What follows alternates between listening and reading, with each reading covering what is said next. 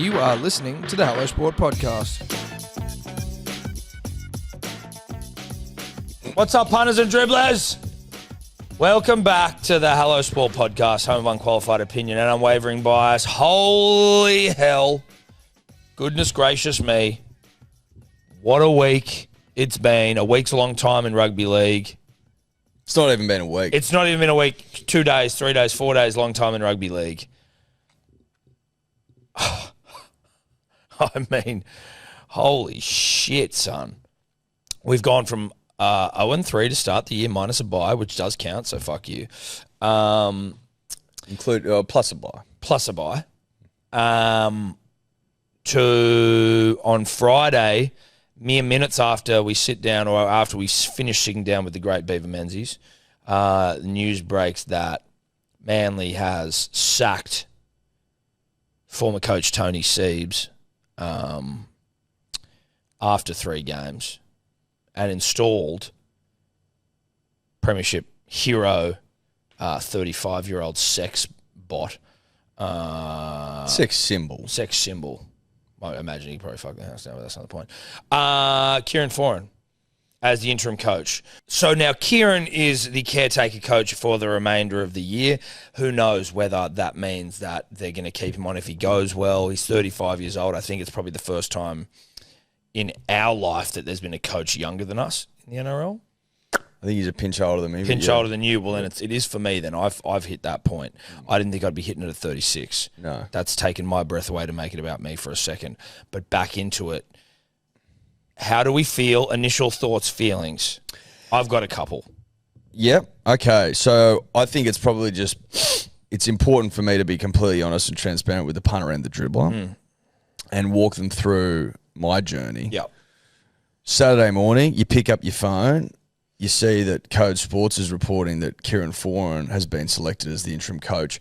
I got to be honest with you, I felt a rush of endorphins, the likes of which I haven't had all season. Except maybe when we scored that try early against the Roosters. I was up and about then, but it surpassed that. It felt right. It felt so right. It felt right because it just didn't feel like this season was going to go anywhere except down the absolute rugby league shitter. Yep. I've sort of been lying to myself and I've been lying to the people about how I've been feeling. I've not been feeling very confident at all. I think you get in someone like Kieran Foran, whom is super fuckable. That's not nothing, right? Off the top, even if you're losing, at least you'll go, I want to root that guy, right? Like that helps. Yep. He's won a comp with the club. The fans absolutely adore him. Well, he's a manly man. He's a manly man. He's a manly man, but the boys are going to get up for him. He's a leader of men, and you'd follow that bloke into battle, which is what you need when the chips are down, and the chips are down, Tom. Well, 0-3, first time since 2004. Chipless. 2004, we were coming out of dark years in 2004. 0-3, first time at home. To lose the first 3 games at home has not happened for Manly at Brookie since 2004. Yeah. I feel relief because even if you were to be like, well, Jesus Christ, you've now brought in a 35-year-old with 0 coaching experience. He literally was playing 4 months ago. I get that. Like, I can understand that criticism. I couldn't keep going with Seabold as the coach and pretending like everything was good. It wasn't good. Like, you're sort of like, you're trying to be positive and you're trying to like, but it was like, this was I wasn't happy with Seabold. Tom, coaching. I wasn't happy with him coaching our club ever, at any point, at any single point. We never liked it when he came in. It was the worst. It's like one of the most frustrating signings ever. And fresh off a spoon is when we got fresh off a spoon, essentially. Well, like his last NRL coaching gig. It never made any sense, but when you at some point you have to go, okay, hey, listen, you're in there now, so let's give you the backing of the board, the Hello Sport board. But it just never felt right. And anyone that we ever spoke to or have ever spoken to has been like, weird guy, nice guy, weird guy. Bit of Kevy, but like not Kevy. I almost feel bad for Kevy saying that.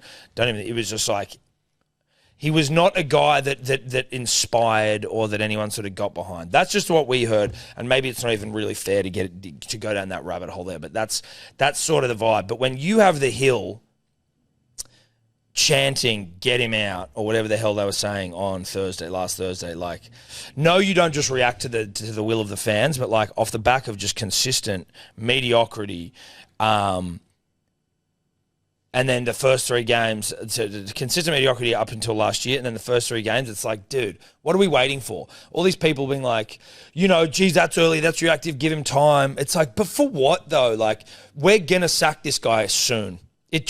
He was one of the most under pressure coaches. That's all anyone was going to talk about. It's like, sure, let's drag this out for another 6 weeks. Why? What's the point? What's the fucking point? We're going Mate, to the get rid of writing him. was on the wall, punters and dribblers, when we missed the finals last year. And when Mestrov went. We were awful last year.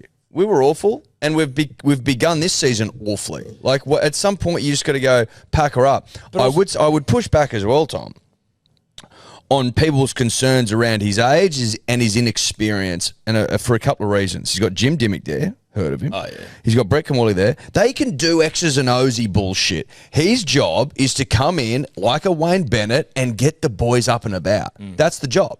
Come in, rally the troops. Bit of game plan stuff as well, I'd imagine, from the but all you ever hear about Wayne Bennett is he couldn't fucking coach his way out of a wet paper bag. But that's also not the same. Like, some coaches are like that, some coaches aren't. I feel like I don't want Kieran to come in and try and be Wayne Bennett. I want Kieran to come in there and go, hey, I know how to win because I was a winner and I knew how to win and I know how to win. And this is how we're going to win. Game plan's been shit. Everyone's playing shit. Team selections have been weird. Let's start winning. Now, even if we don't win, that's the thing. Even if he doesn't, and I don't think it's reasonable to come in and expect him to just shoot the lights out and we just start going on some run. It'd be great if we do, and I think we can. Always I think we will.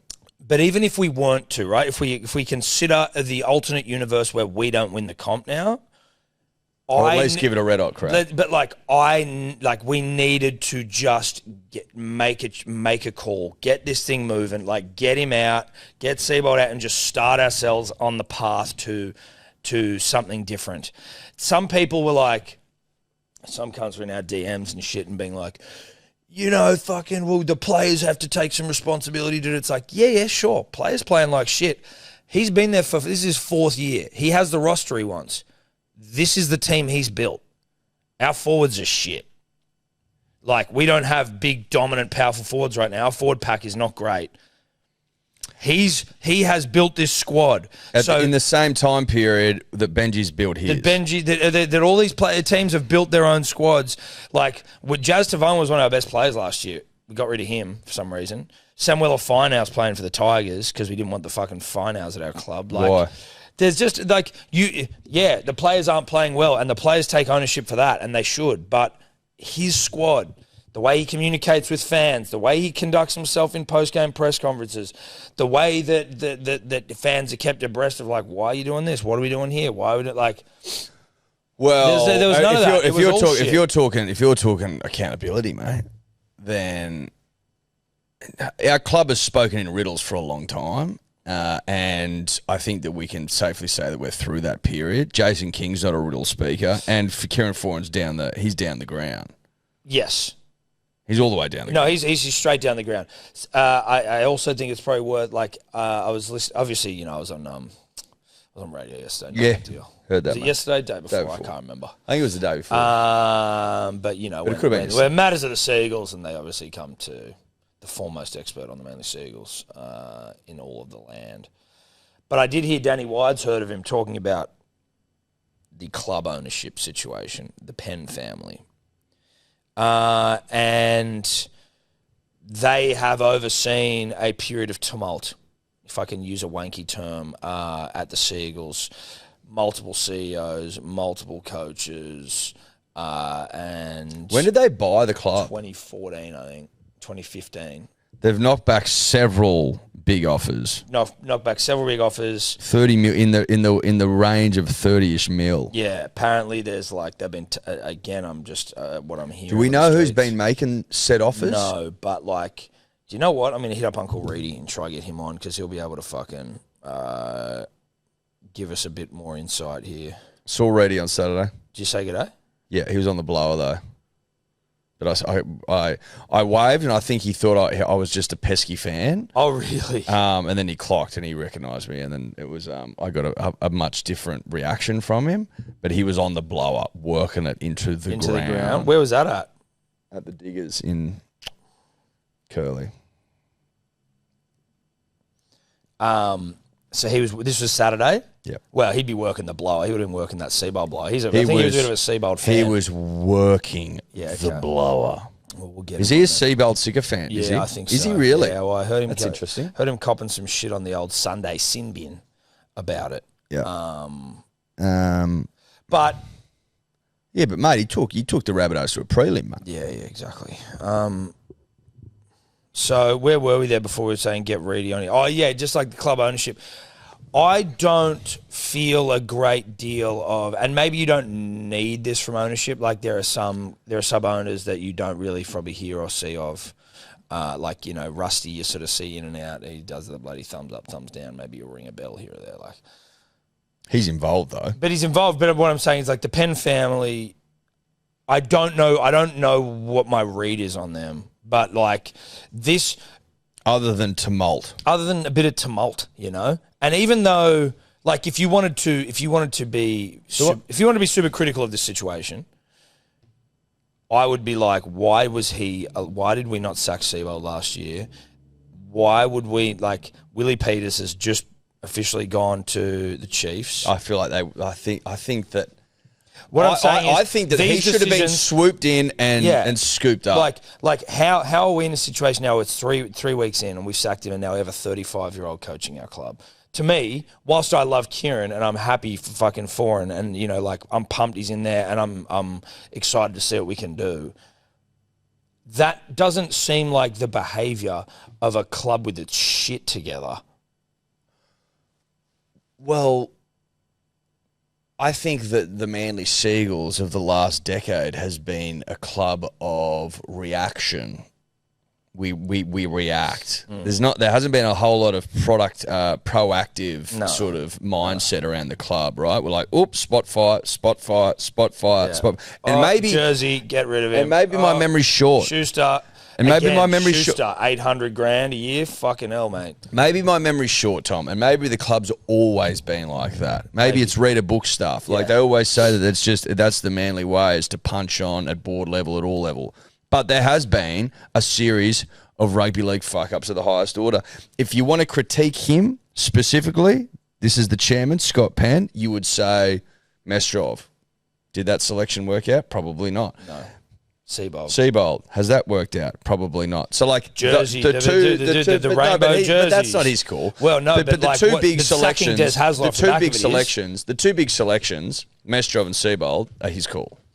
Yeah, but sacking Des Hasler off the back of that is true. Not giving him the support he needed. But Des Hasler being sacked off the back of that. Yeah. Like, Des went to the Titans. The Titans suck, and you could argue Des flamed out there, and it was like, oh, Des is done. It's like, well, look at what Justin Holbrook's doing with a Newcastle Knights side that suck. Like, maybe the Titans is a shithole of a place to coach. Possibly. When Des got sacked from Manly, I was like, this is ridiculous.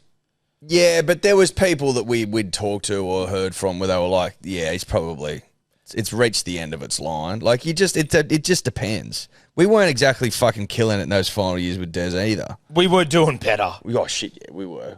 We definitely were. I'm just seeing if Readie can come on now. May as well help us make sense of the world. I think if you want to get really fair income, if you want to get as fair income as we possibly can. Since 2021, when we made the prelim and got absolutely humped by the Storm, it has been a bit of a shit show. Yep.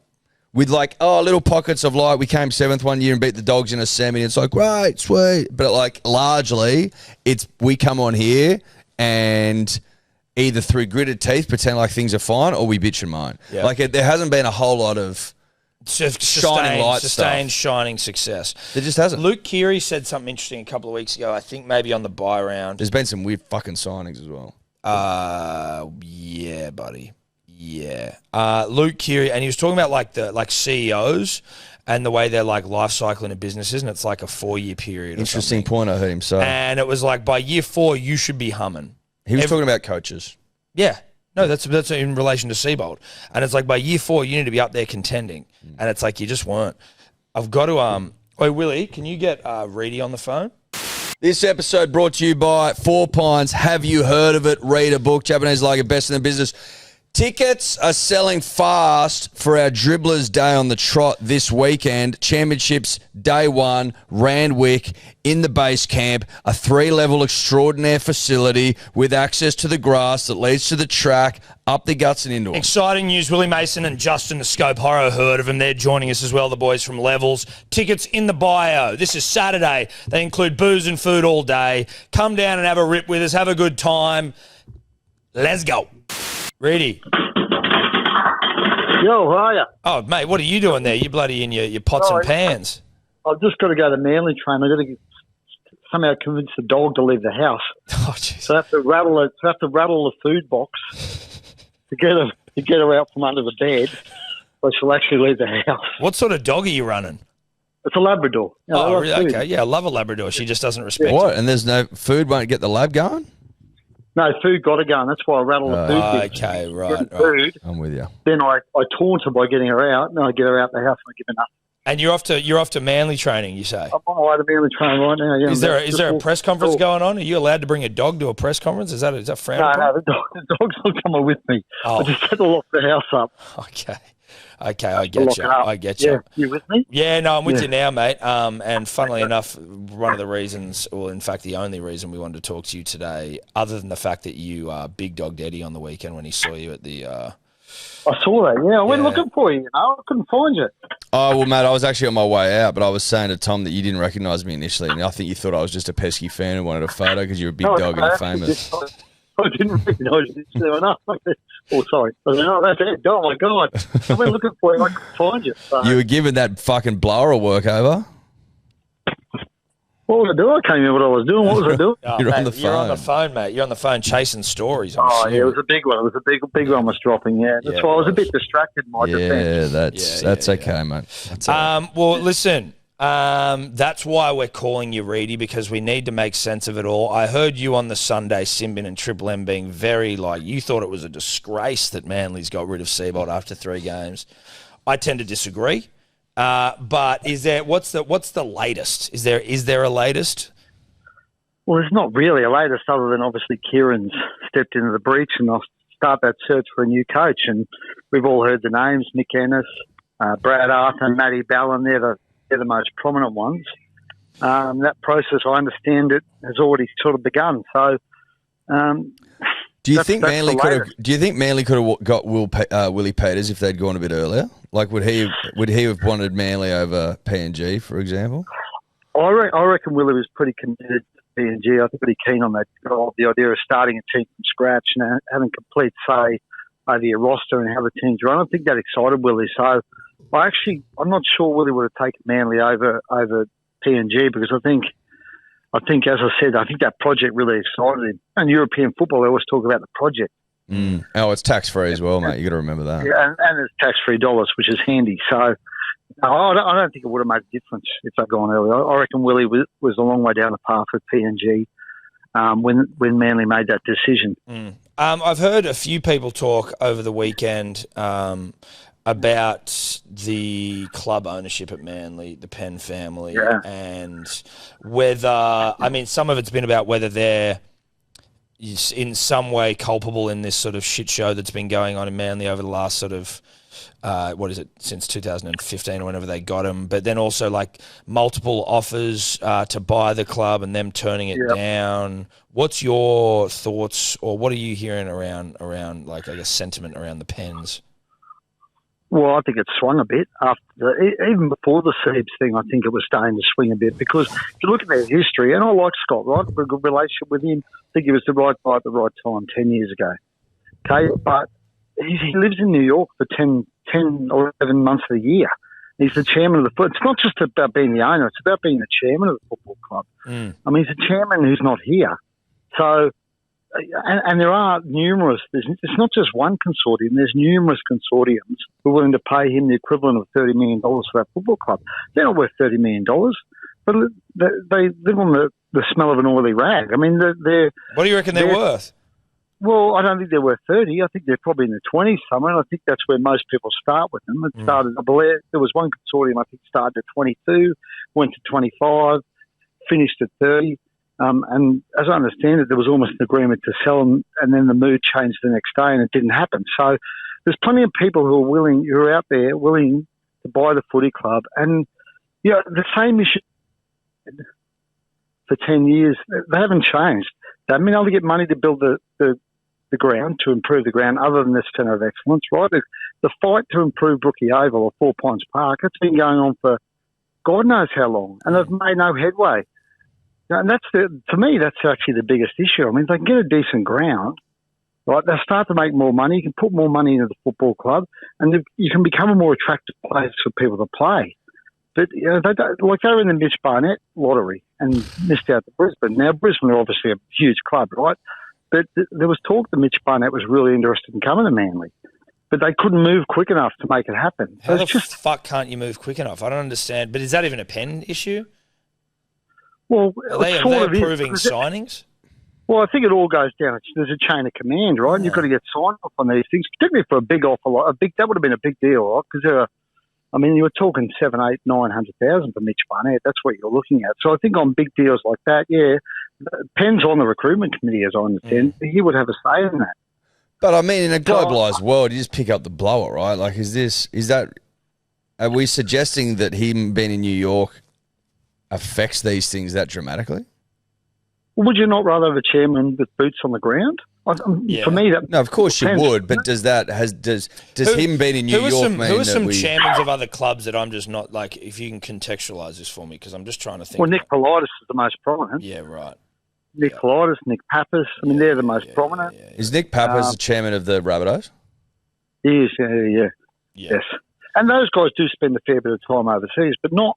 They're usually just on a yacht in sort of like the Amalfi Coast. In the Bahamas or something. Going to Monte Carlo for the F1. Well, okay, so but how involved in day-to-day is a chairman? Well, it's different at different clubs. Obviously, Nick Politis is pretty heavily involved in the machinations of the Roosters because that's just his personality. He loves it so much. And I think Scott Penn is heavily involved in Manly and how it operates, particularly how they spend their money. Like my understanding is at the moment things move really slowly there because Jason King, the CEO, things have got to be run by Scott Penn as well, and things just don't happen quickly there. And the other thing, we're talking about the stadium, right? I mean, as I said, they've been trying to get a new stadium for years. Wouldn't it help to have the chairman actually here and able to constantly be involved in that process? Yeah. I mean, lobby local government. Exactly, all that sort of stuff. So, I don't know. Maybe, look, if he wants to stay as owner, so be it. I mean, I don't necessarily think it's a great thing. I think that he could sell a stake in that footy club and get some more financial ammunition to put into the footy club. But at least step away from the chairman's role because you can't be an absent chairman with what it is. Yeah, yeah. So you think that the sacking of Seabold's a disgrace, do you? Well, how do you sack a guy 3 weeks into the season, 3 games into the season? Well, I mean... You're going to go back to last year. I know you're going to throw up last year. Well, I'm not just going to throw up last year. I'm going to throw up 4 years of mediocrity. And you made the second week of the finals 2 years ago. Yeah, we did. That's not mediocre. Nah, but no one thought that we were. Year before that, we didn't make it. Year before that, we didn't make it. I think. Yes, that's a reasonable point, but I also think that we were overachieving in that year as opposed to. You could say that it was, or you could say that it was a few players getting hot at the right time. But listen, it's not necessarily he's a bad coach. It did not feel like the club was moving forward. It felt like we were going backwards. Our signings were weird, and we'd started the season fucking terribly. It kind of felt like, and I don't know how you felt, but. He was going to be sacked at some point this year. It felt like unless we were killing it, he was probably going to go. And if you were thinking about sacking your coach and you're going to probably do it in 6 weeks' time, like why not just do it now? I think it's more that it should have been done last year as opposed to 3 weeks into this year. I do agree there was an air of inevitability about it, right? I agree with you on that front, but that's just the way it felt. But you're right. If you're going to make that decision, don't make it 3 games. Look, they actually weren't playing that bad this year. They almost beat Canberra in round 1. Mate, the Roosters last Thursday, the stats are off the charts. I mean, they were unbelievable. Like, not many teams would have beaten the Roosters the way they played last Thursday. Newcastle, they were horrible, right? Horrible. It was an abomination. And I think even Seeds will acknowledge that. But my point is, actually weren't going that bad. I know they'd lost 3 games, but Canberra's a good footy team. The Roosters are a good footy team. But I think it's more that we've gone backwards a long way since that we beat the Bulldogs in that finals game. And our side, everyone's saying it's weak, it's awful, it's weak. And then when you're sort of living up to that moniker, like, I don't know where else you can go. It's the side he's built isn't particularly strong, and we're playing like shit. Like, that performance against the Knights was probably the worst I've ever seen. But they had a red-hot dip against the Roosters.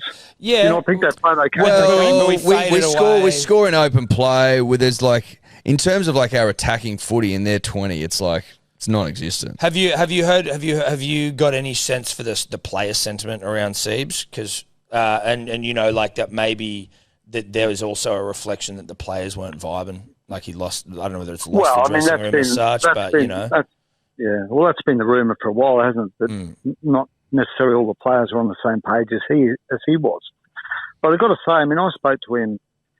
I was doing a story on Jake about 2 weeks ago, and Jake's one of those guys that people say wasn't necessarily a fan of Siebes, right? But I spoke to him about Jake a couple of weeks ago when Jake was battling a bit. And I've got to say, he praised Jake. And he didn't need to, because it was all an off-the-record conversation, so I probably shouldn't share it with you. But the things he said about Jake turned me around. Like, he couldn't praise him any more than he did. So if they weren't on the same page, why would he? He'd have no need to defend the guy. He could have come out and said, "Mate, you should write a piece saying this bloke needs to retire. He's hurting the footy club." Well, mate, that would be suicide to say that about. You know, no, but it wasn't. As I said, it wasn't an on-the-record conversation. It was. I just rang him to get a steer on Jake at the time, and as I said, he praised him. Well, he just showered him in praise. So, you know, I don't know. I'd expect nothing less, to be honest. Have you spoken to Siebes since? I have. Yeah, I spoke to him the night he got sacked. What's he reckon? He actually sounded, I've got to say, relieved's probably not the right word, but he actually sounded he was in pretty good spirits. Because I think, after that game on Thursday night, when people in the crowd on the Good Day Hill, which came in his head, it might have been you blokes, I don't know. Yeah, listen, just glad you referenced the Good Day Hill there, mate. But, I think he would have liked the club to come out and support him, and they didn't do that publicly. So I think at that point he knew this is not a good sign. Yeah. So actually, when the hammer dropped, I think he half by expected it. And you hear that Scott Penn's fired up the PJ from New York, and he's flying back over. You're like, oh fuck, he's doing his one trip back to Australia. I'm probably in trouble here. Yeah. Yes. Yeah. That wasn't a good sign. Then when people were in meetings all day Friday, and you couldn't get a hold of anyone, that was a bit of a dangerous time as well. I think so. Yeah. Right. Did you get whispers of it as a journo? Like, do you get whispers it's happening, or do you just hear after the fact? Not really, no. I mean, we sort of got a whisper 5 minutes before it happened, basically. Huge. That he lost his job, right? So, but it's a little bit of intuition. The old antennas were down. You would have worked out.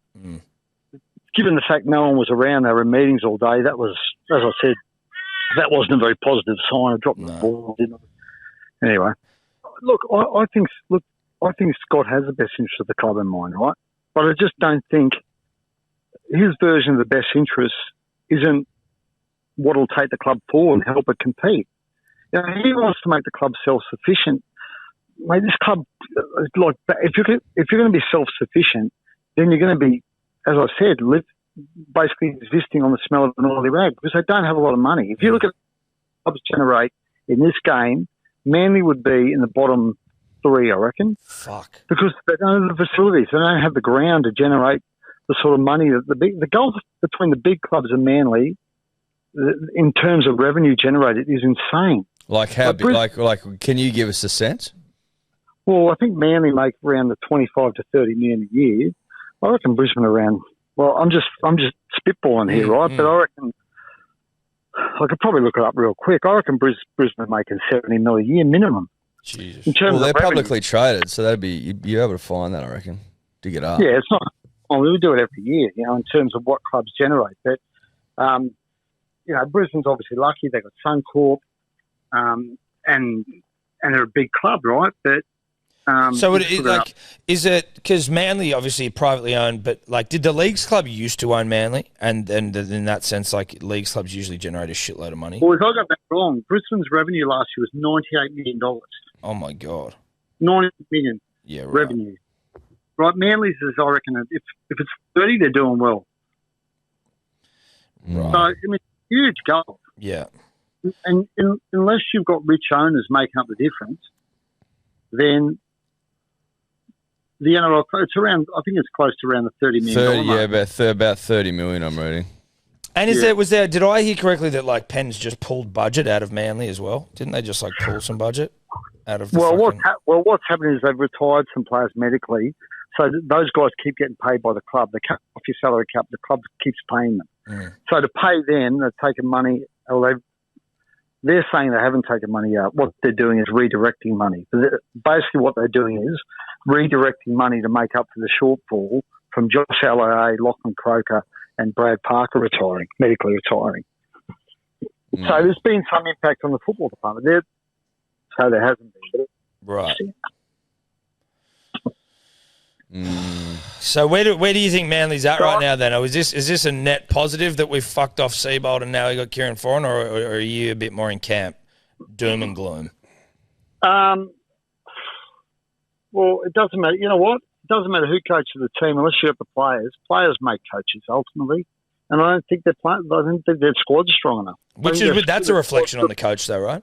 Well, probably it is to an extent. Yeah, it probably is a reflection on the coach. But some of the decisions haven't worked out. I mean, Luke Brooks hasn't.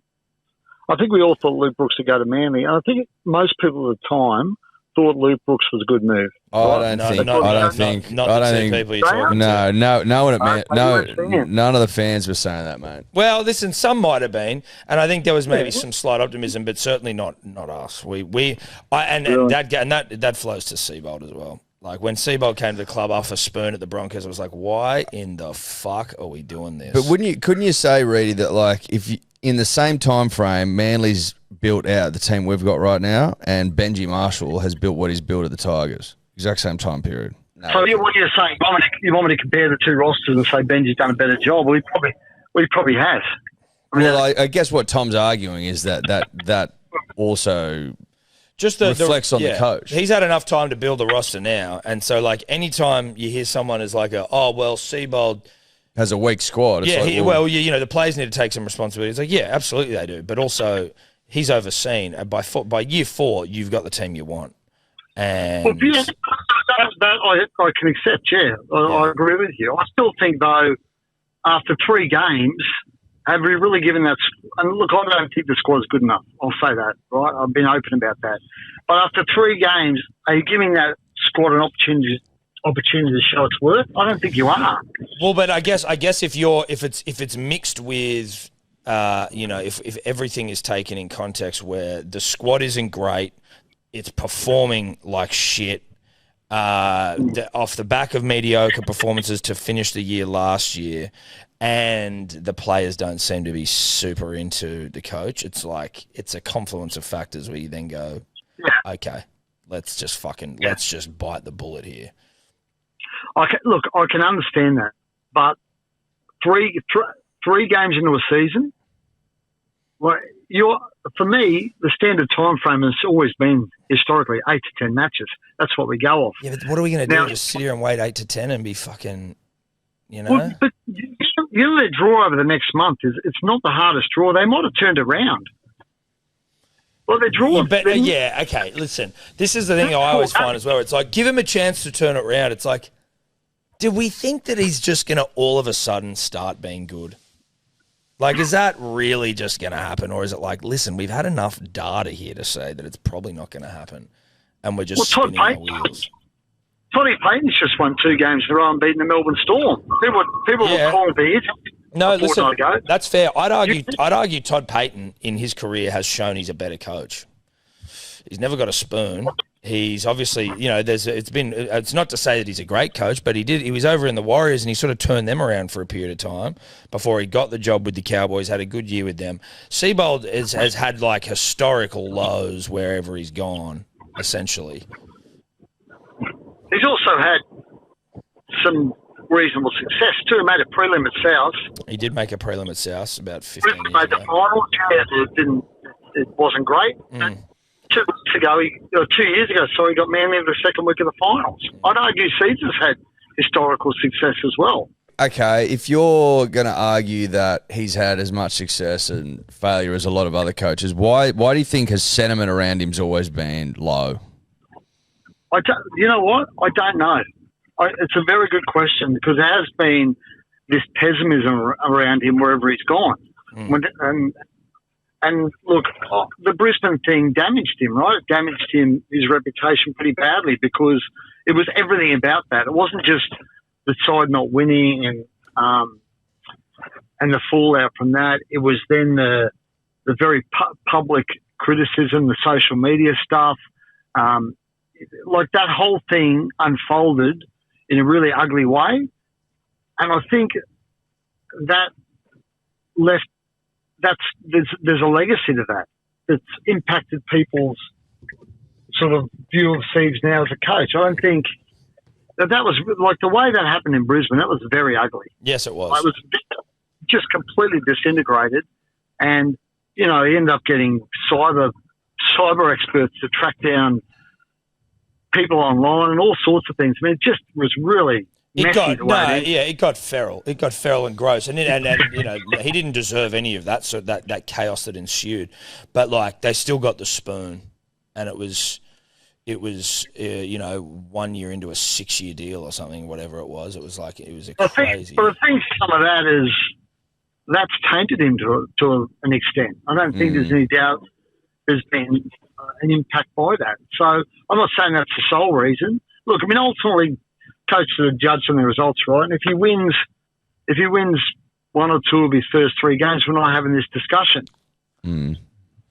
But I still argue that to sack a coach 3 games, look, it's unheard of to sack a coach 3 games into a season. It's the first time Manly's sacked a coach mid-season, I think, ever. Really? Really? I think it's the first time Manly's sacked a coach mid-season. Is that or right? At least in a significant amount of time. I'm pretty sure though. I saw that stat somewhere. Listen, I completely understand what you're saying.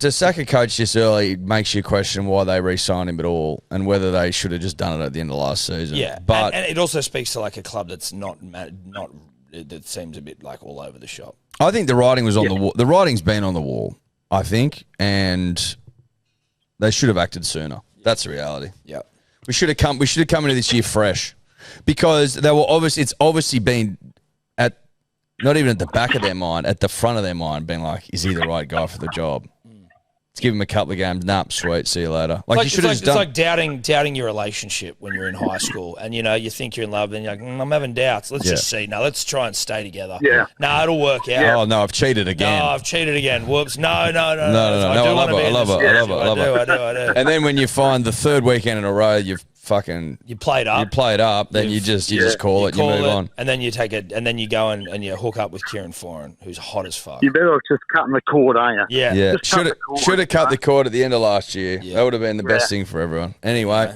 it is what it is. Anyway, It is what it is. Posey's a good fella. He's going to be a good coach down the track.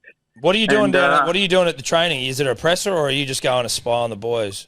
I'm just going to spy for a bit because it's a bit of an open thing at midday, and then the great Tommy Trebojevic is going to talk. So I'm going to, say about it all. Can you say g'day to him for us? Of course. I'll let him know you send your best. Tom and Eddie say all the best, mate. And we love you. And we love you and we're behind you. And can't wait to see you and the guys at Easter. Have you had him on the show yet? Or we have a couple of years ago, but he's probably due for another one. We're due again. But for some reason... Just let him know. Just say that Hello Sport boys say they love you. Yeah. Just say that. Just say that. Love. Love. Say we love you, and we're going to start sending him voice notes on game day. Okay, I like that, yeah. Yep. All right, I shall do. All right, mate. problem. Thanks, mate. Leave it with me, guys. See you, Readie. mate. Yeah, hey, boys, keep your chins up, okay? Yeah. Keep your chins Oh, up. they're all Thanks, right, mate. yeah. I appreciate Things that. will turn. Things will turn. You Sorry, mean like sorry, chins because there's two of us, right? Yeah, just because there's two, not because we're fat. Right, exactly. Because there's two of you. Okay. There's two of you. All right. That would have been a Sorry. mean way to sign Yeah, off. that if would have you were been calling us super fat. edge. Yeah. Jesus And sorry I Christ. brushed your head. I didn't. That's yeah, all right, was on mate. the I didn't phone. take it personally, but I sort of did at the time. But I reflected and I thought, no, he's having a busy day. So then I've let it go. I did look to you. I swear afterwards. I swear. Yeah, okay, All mate. right, Okay, all right, mate. okay. Yeah, if Yeah, you're right. sure. All right, Readie. Thanks, mate. See you, mate. All right, lads. Great stuff. See you, Cheers. mate. Cheers. Bye. The incomparable Brent Reed, ladies and gentlemen.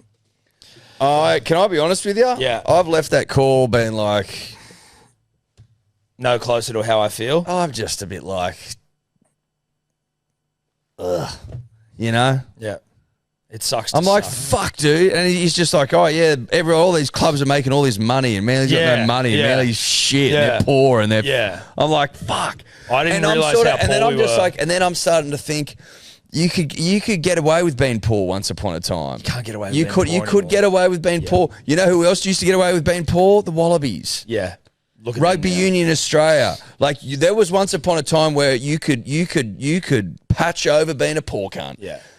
And I just don't know if you can anymore. No, you can't. And maybe we should have seen that coming when we had to buy him a PS5. Yes, bro. There's been signs. There's been signs. There's been and we've been wooed by the new Centre of Excellence. But you know, But that's like a Band-Aid for a bullet wound. the rest of it needs a scrub. Yeah. And when you're like, oh, yeah. When they're we're making $70 million more 90. Oh, it's more. in yeah, revenue. Yeah. And it's like, oh, sorry, we got to take some budget out of here because we got to pay off Josh Alloye and Brad Parker and Lachlan Croker, which I'm happy to do, boys. You deserve your payouts. But like, if we're making shitloads of money, then that should just... We're moving money around Yeah. for medical retirements. How skint are we? I know. We're hard up. God, We're hard save up. us. And there's consortiums just coming in and be like, yeah, we'll fucking... Like, maybe it's time to just get consortiums in. I think We're if you're looking at low hanging fruit, even though it's not low hanging and it's going to require a lot of work, and obviously we've been trying to get over the line for a long time. But this stadium, just let's get the capacity up because it's selling out every game. Because there's demand. Yeah, there's demand. We just got to get the capacity. But up. it's tough when your team's now stinking up the joint. Got to make changes, Tom. So I've left that chat Sad. a bit sad. Yeah. Really. Like, I'm happy, I'm optimistic. thrilled. I'm thrilled. I really am. But I didn't realize how poor we were. We're broke. Yeah. We're brokies. Yeah. Didn't You know, realize you how poor don't. we were. You never want to get told that you're fucking poor, do you? Well, listen, not in rugby league terms. Not in rugby league terms. Not in professional sport, the way it's Professional going. sport, no. There's clubs out there making serious cheddar now, son. Serious cheddar. Serious cheddar. Like, why can't we be as rich as the Broncos? yeah, why? That's bullshit, man. That's really mean. We're like the whole of the north of Sydney. Like, why can't we be That's fucking... right. So what's it's all the brokies, us, the Titans, and the Sharks, probably. Yeah, probably. Yuck. Oh, gee. Titans might even be better than us. I don't know. Do you Well, they're reckon? owned by like the Matty Johns and shit now. It's talking revenue. It's just revenue. It's all going off. I'm confused by some things over the weekend. Are the Cowboys good? Are the Knights are good? Like, I know we like the Knights, but the Knights are a good rugby league side. All their players out, they beat the Dogs. The Dogs are But shit. Fletcher Sharp comes in, dude. But the Dogs are also not good. Well, the Dogs. This is what's just sort of... And this is what's making it particularly difficult to punt on rugby league at the moment. If you want to catch up with our punting about even Wednesday night, 7 p.m, read a book. But it's super hard to get a read on this side. The Tigers pumped the fucking Warriors. I thought the Warriors were good. Yes. And then I thought the Tigers We're might not not have been all that. But the now Tigers they without sort of Luai. are. And then you're like, oh, shit, the Knights, you look pretty ordinary last week, but Fletcher Sharp wasn't playing, Dylan Brown wasn't playing, Colin Ponga's not playing. Then Fletcher comes back in, they win. They win well. The Cowboys beat the Storm in a thriller. But not just in a thriller, but like in a Todd Payton career game. What I do know, the Dragons stink. Dragons, The awful. Raiders are awful. Well, the Raiders, I don't know about awful, but the Raiders are not what They're not they 2025. were. They're not 2025. Adam O'Brien is at the Dogs now Is he the attacking coach? as the attack coach. They can't attack. They can't attack. See, can I just you and I don't know what we're talking about. Yep, good. We place just to don't. start. It's such a good place to start. And you hear people that do know what they're talking about, and they can provide so much clarity around decisions sometimes. But I haven't heard any clarity around this point, so I'm going to make it. The Newcastle Knights attack when Adam O'Brien was there was the most insipid in decades. Insipid. The most insipid in decades. So I'm just so confused. And again, I'm a layman. And again, I don't know what I'm talking about. And again, I don't run clubs. And again, I'm not around football. And I wasn't born and raised in that bloody, footballing world. But I just don't understand how you hire as your attacking coach the guy who oversaw the most insipid attack in decades. Can someone riddle me that? Tobler, can you see ChatGPT probably can't do it, but I don't know how to use AI. Can you please see if it can give you the Bulldogs attacking stats before they got rid of Sexton and afterwards? I just want to see how badly they've become as an attacking team. Yeah, we were just talking discussing about that. Because there's obviously some Adam O'Brien stuff, but it also felt like they stopped being... They were hot Sexton curse. Like the Sexton thing, the Galvin thing, and that's not a knock on Galvin, who's a good player. But just as a side, it just feels like it's sort of... They don't score many. And you see the Newcastle... Newcastle Knights will give you Adam O'Brien. You take him. We're going to bring in... fucking Holbrook, who was at the Titans, who got sacked from the Titans. But he was going all right at the Titans. They were okay. They were sort of... They were scratching around then Des came in. Did they get the spoon? No, Knights got the spoon last year. But did the Titans get the spoon with Holbrook or Des? Don't know. But Holbrook, he's kind of changed that team. They had Trey Mooney out as well, who's obviously a new guy, but Trey's been great to start the year. Dill, Kalen... Dylan Lucas got yellow carded early in the game. To beat the Bulldogs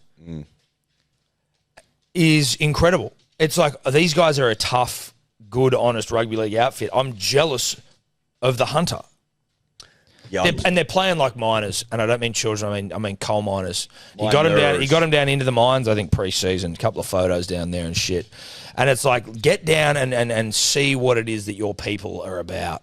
They're about steel and mining. And mining steel. And steel. And it's about ripping out stuff from the earth, ripping it out with your bare fucking hands. With your bare hands. It's about going home dirty via the pub for a couple with your mates. No, you stop by the pub on the way. Oh, sorry, love, got to knock off in another hour. Yeah, because with coal still on your fucking face. 1000%. You still got your helmet on, mate. You're a Steel Town disciple, a legend of his town. That's right. And you walk in there and you make the lightest work of a schooner. Oh, that's Hunter rugby. Anyone outside of the Hunter is left breathless. Yeah, and it's the frostiest schooner you've ever laid eyes on. It's cold. It's cold. It gives everyone else a brain freeze, but not this hard fucker. Well, no, not a coal soot. miner covered in soot and bloody, calloused fingers and broken bones and a back that fucking aches because he's been down there his whole life. But he'll never whinge and he'll never. He's never complained once. And then he's built different. He's built different. And he goes home illegally behind the wheel after 4 or 5. 4 or 5 schooners. Okay. He's around the corner. It doesn't matter. And no one's endorsing it, but it is what it is. And if he gets pulled over by Mick will give him a nod and go, get home, son. Well, no, what Mick will do is Mick will go, oi, call your wife and get her to come pick you up. Because I don't care that you're doing it. I'm just worried about your safety. That's right. Because I do it too. Goes home. Mrs. got a nice meal on the table. Of course she does. Piping hot. And it's steak and veg. It's meat and 3 veg. It's meat and 3 veg. Meat and 3 veg. That's right. Maybe some corned beef, bit of white sauce over the top of it. That's all it is. That's all it is. And then he watches. The TV's on. He's watching he's watching something on the TV. It's probably the Matty John show or the Block or fucking. Oh, he's watching a bit of reality TV. Tom, bit of Block stuff. Well, he sits there with the wife and kids, and they're watching reality TV. And then he'll go to bed early, about 9:30. He's gets gotta be up. up cracking Well, he's dawn, up at 4:30, Tom. Yeah, he is. You know what I mean? Back To down walk the the mine. dog. Yeah, and what he likes to what he looks forward to most in the week isn't that schooner. It's the Newcastle Knights playing. Well, it's going and sitting in the seat that he owns in the stands. That his dad owned, That his and his dad dad owned, before and his him. dad before him, and he owns it now. And he goes there with his boys. He's That's got two right. boys. He's That's got a right. daughter as well, and she they've does both got come. mullets. They've got mullets, but they're not the ones. They're not Canberra mullets. They're understated. It's like tough. It's like just a tough mullet. It's a mullet that's prepared to go. It's and an work understated long mullet. You're not hours. trying to completely like revolution. It's you're not. Hey, I'm a mullet. It's Correct. like it's just there. It's just a chop. It's just there. It's just a chop, and it's one that he's probably done himself. He's going, you don't need to fucking go to a hairdresser, mate. I'll do it myself. No, was he saving money? Saving money course because that's what he he is. is. He can live off the Because centre have you one. seen fuel prices, Tom? They're going through the fucking roof. They have. So it's a couple of schooners at the footy with your boys, and it's a full house because the Novocastrians get the fuck up for the team. And that's how they play. They're playing that way. And Holbrook, to his credit, has tapped into the spirit, right, of the community, of the people, and they're playing inspired rugby league football, even whilst down on men. Yeah, down. Well, and I'm jealous. That's what being in the mines is about. Is it doesn't matter jealous. who's there or if you're down on troops. You just you fucking put your arm around your mate. It's trench warfare. It's Kokoda. It's Gallipoli. It's the mines. It's Australia. It's the Anzacs. That's right. Kind of what it's the Newcastle's Anzacs. giving. It's the Anzacs. It's giving Anzacs. It's giving Anzac. It is. And I'm jealous. I'm jealous. I'm super, super jealous. Yep. I'm super duper jealous. And I don't like jealousy as a Well, I think it's unbecoming. It's extremely unbecoming as a human emotion. And jealousy will wear you down, and jealousy will turn you into someone you don't want to be, and jealousy will reveal your true character. And you don't want anything to do with jealousy. However, I need to acknowledge to the pun on the dribbler that right now I am living in a world of jealousy. Yeah, I'm jealous. I'm jealous of the Knights. I'm obviously jealous of the Penrith Panthers.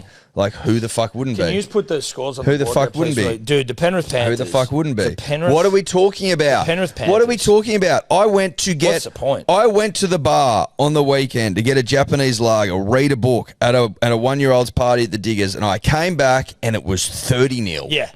I'm not even joking. No. 30-4 or whatever it was. I couldn't believe what I was watching. I thought to myself, this has got to be cup. Yeah. This has got to be cup, and it's got to be the end of the game. Oh, it's not. No. Because there's Nathan Cleary. 30-4 In Penrith in collars. in the white time collars. it takes you to go and get a frosty Japanese lager off the wood, Tom. In that time, 30-0, 30-4, whatever. Fucking leave me alone. Unbelievable. And they're playing in collars, and they've got collars on. They Tom. were decimating the Eels. Like, no team is able to do anything with collars, this stuff. Tom. They were wearing collars. It was so hot. Nathan Cleary's kick into the post. Everyone's like, oh, that was a mistake. I'm like, it No, kind of didn't look like a mistake. Brandy said that. I'm like, no, mate. It didn't look like a mistake. Brandy, who hates Manly, so can't. Sorry, Brandy. Hates Hates Manly. Hates Manly. I couldn't be more certain that was intentional. And Nathan, because he is classy, thank you, Cody Totes, would play it down and go, nah, it was an accident, mate. We all know it wasn't an accident, Nathan, because we know that you're fucking hectic. Punters and Dribblers, we are brought to you by our friends at Ned's, the primo betting platform in this nation of ours. If you like to have a punt on the rugby league, on the ponies or whatever, Ned's is where you do it. We've got a big pot this weekend for the championships, day one of the championships. Oh, no, baby, no. Oh, yes, sirree. So if you want to have a punt or if you want to jump in the pot, head into the Ned's app. Head into the About Even group and follow the prompts there because we're going to be betting on horses this Saturday. Yeah. Baby. Tom and I will take the reins, baby. Yeah. Probably what we did last time.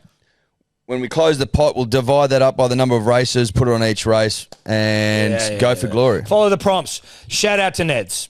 What's gambling really costing you? For free and confidential support, call the number on screen or visit the website. Every year, we finish off like Origin last year. It's like, oh, okay, Nathan's not up to it for Origin, and then you just like come back and you're like, Of course he's up to it. of course he's up for it. He's up to it. He's up for it. And again, as everyone said for a long, long time, it's going to happen eventually. And this will be the year. Nathan is 7. Moses is 6. Leave it. Let's make this. It's fine. Someone put a massive bet on New South Wales to win the Shield this year at $1.70. Big bet. $1.70. Is that what we're paying? Because, like, Mate, the Panthers are paying $250 to win the comp. Yeah, I know. You know? Nathan's as hot as he's ever been. We've got AFB This is now. as hot as it. This is honestly feels like as good as Penrith's ever played. Mate, it's absolutely ridiculous. First year in forever since they've not lost anyone. They're just... I tell you, can I tell you what else? Blaze Talangi with long hair? Mate, Blaze Talangi with long hair, Eddie, not nothing. It's a mature head of hair. That's a kid who's like comfortable in his place in the team. When you're young, you come in, you're like, oh, I'm just going to shave my head. I don't want to rock the boat. Just going to have a fade like everyone else.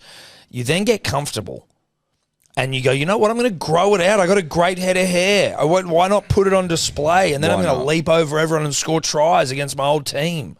Why not? Why not? Mate, it would have just been such a nice feeling for Blaze with longer hair. Way longer. Against his old team. Looks like a man. He left a boy, come back a man. Scoring. Did he score the first? No, that was 2 Isaiahs back to back. You just think to yourself, how good's life? Yeah, how good's life? Look at my hair. How good is life? I'm a professional footballer. How good I'm is life? 20. Look at my fucking head of and hair. And so, yeah, look at my head of hair. I'm a professional footballer. Playing for the best team in the comp. Doing the damn thing. I've already won the comp and it's March. Yeah. We aren't even in April yet. I've won the comp and it's March. It's over.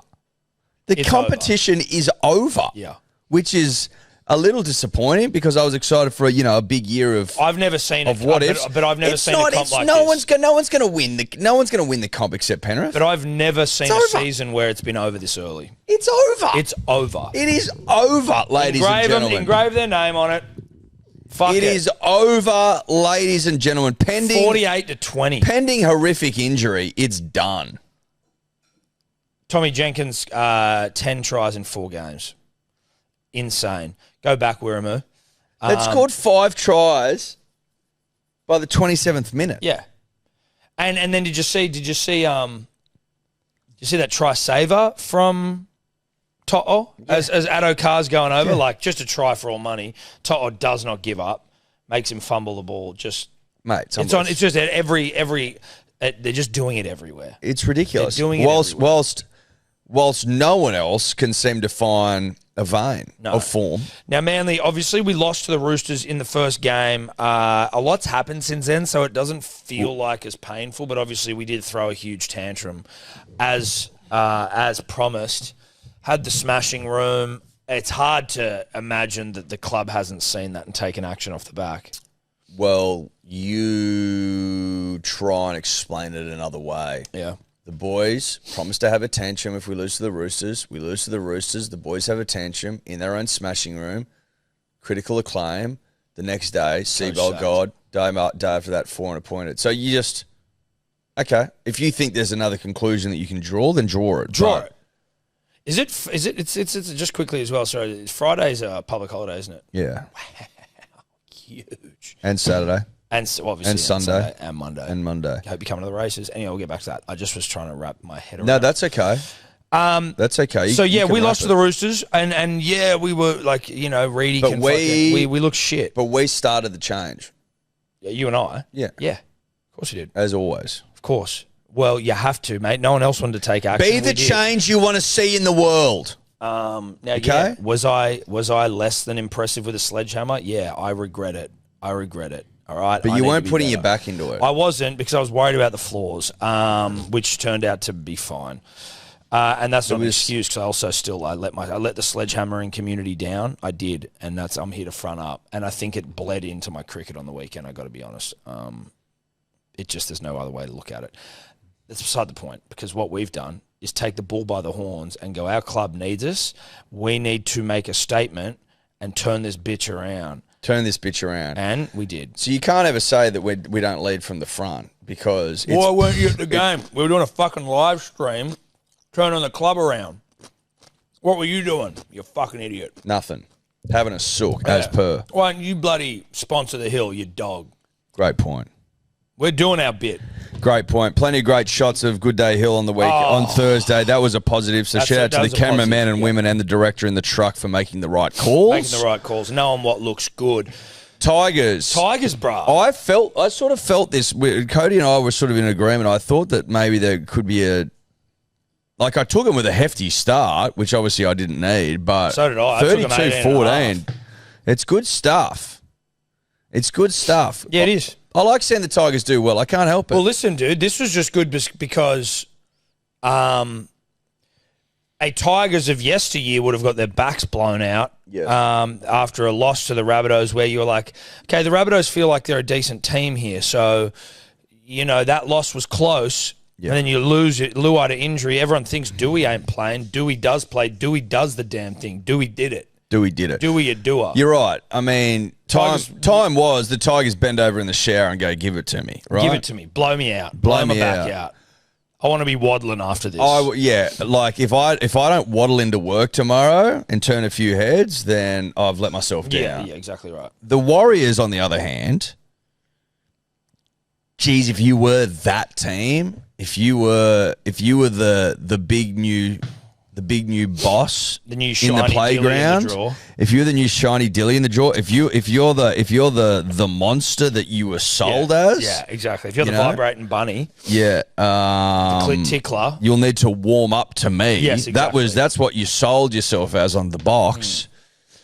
14 points to 32 against the Tigers at home in your preferred slot of Friday 6 p.m. The weather was almost too good for him. I don't know. Willie, Don't know. do you have the video of Metcalf? No, but I can get it. Yes. I'm going to send This is incredible viewing. This is worth the price of rugby league admission. All right, you got it up there? So, Metcalf's just come back from injury. Luke Metcalf, former Manly player, just come back from injury, 8 months out, I believe.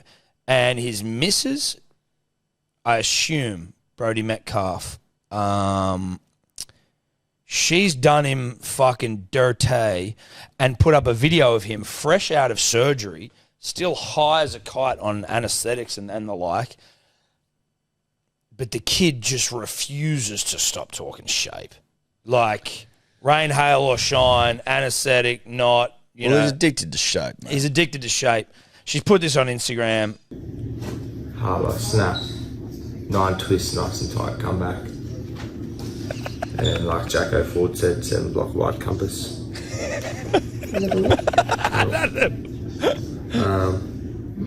Wade, make sure you're still, sinking defenders in. Chanel, make sure you take a wide force. Left foot step. And Look at his eyes, dude. who else can I talk to? Who else can I talk to? Capes, kick chase. Okay. He's playing centre. Mine's fasting, so I'm stopping. Kick chase. Just make sure G2 you go. Right shoot. Left post. I saw that snap. look at 9 twists, nice and tight, come back. And like Jacko Ford said, 7 block wide compass. It's good. Wade, make That is special fantastic stuff. Luke That's Metcalf. so good. I've always loved him. I love him even more. I now. love him even more now. That's I love so him even funny. more. That is special. That's good stuff. Listen, I'm not prepared to Rugby say league, alive and well. Oh, rugby league. I'm not prepared to say that that the Wars aren't it, because I also think like it's part of the season, the ebb and flow of the rugby league season, where like teams, you start to work out the rules of the road a little bit of what the 2026 road is going to be. Unfortunately for the Warriors, what I meant by that comment is it's in context that the Panthers provide. Right?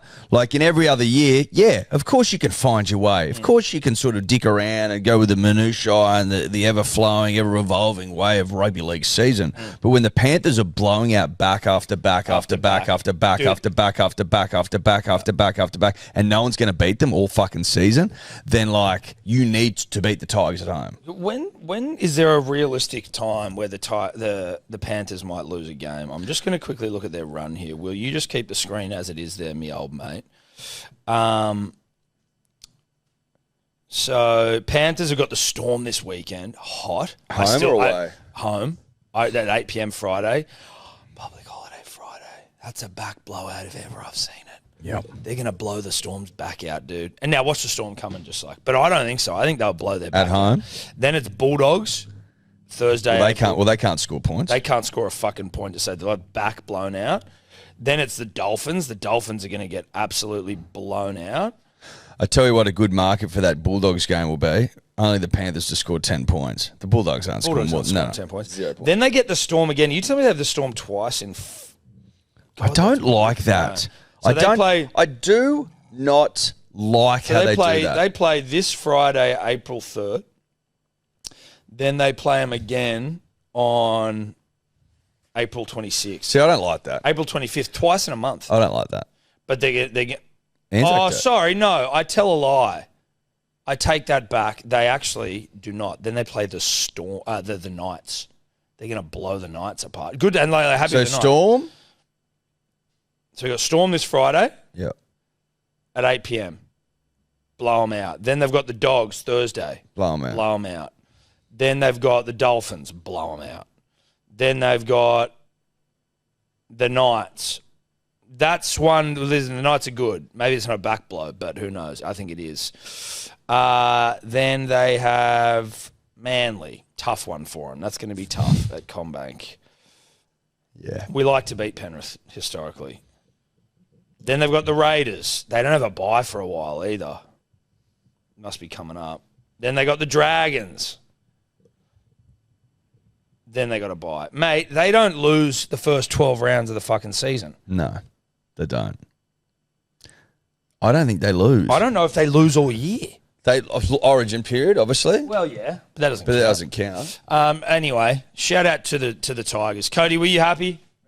There you go. Good on you, mate. Well done. Congratulations. Knights beating the Dogs. We sort of said it there. The Dogs, you know, they're not a great team. They're not a great team. They're not a great team. They're not a great they're like team. a good team. No, they're not. They're not a team. great team, and it's interesting because everyone's just assumed, clearly naively, that they were just going to get better and better every year and then win the comp once. Yeah, it's like, that's not. I don't know about that. I don't know about that either. I don't know about that. And in this game, famously, Ed, Critter was moved into the halves. That is correct, isn't it? Did I miss that?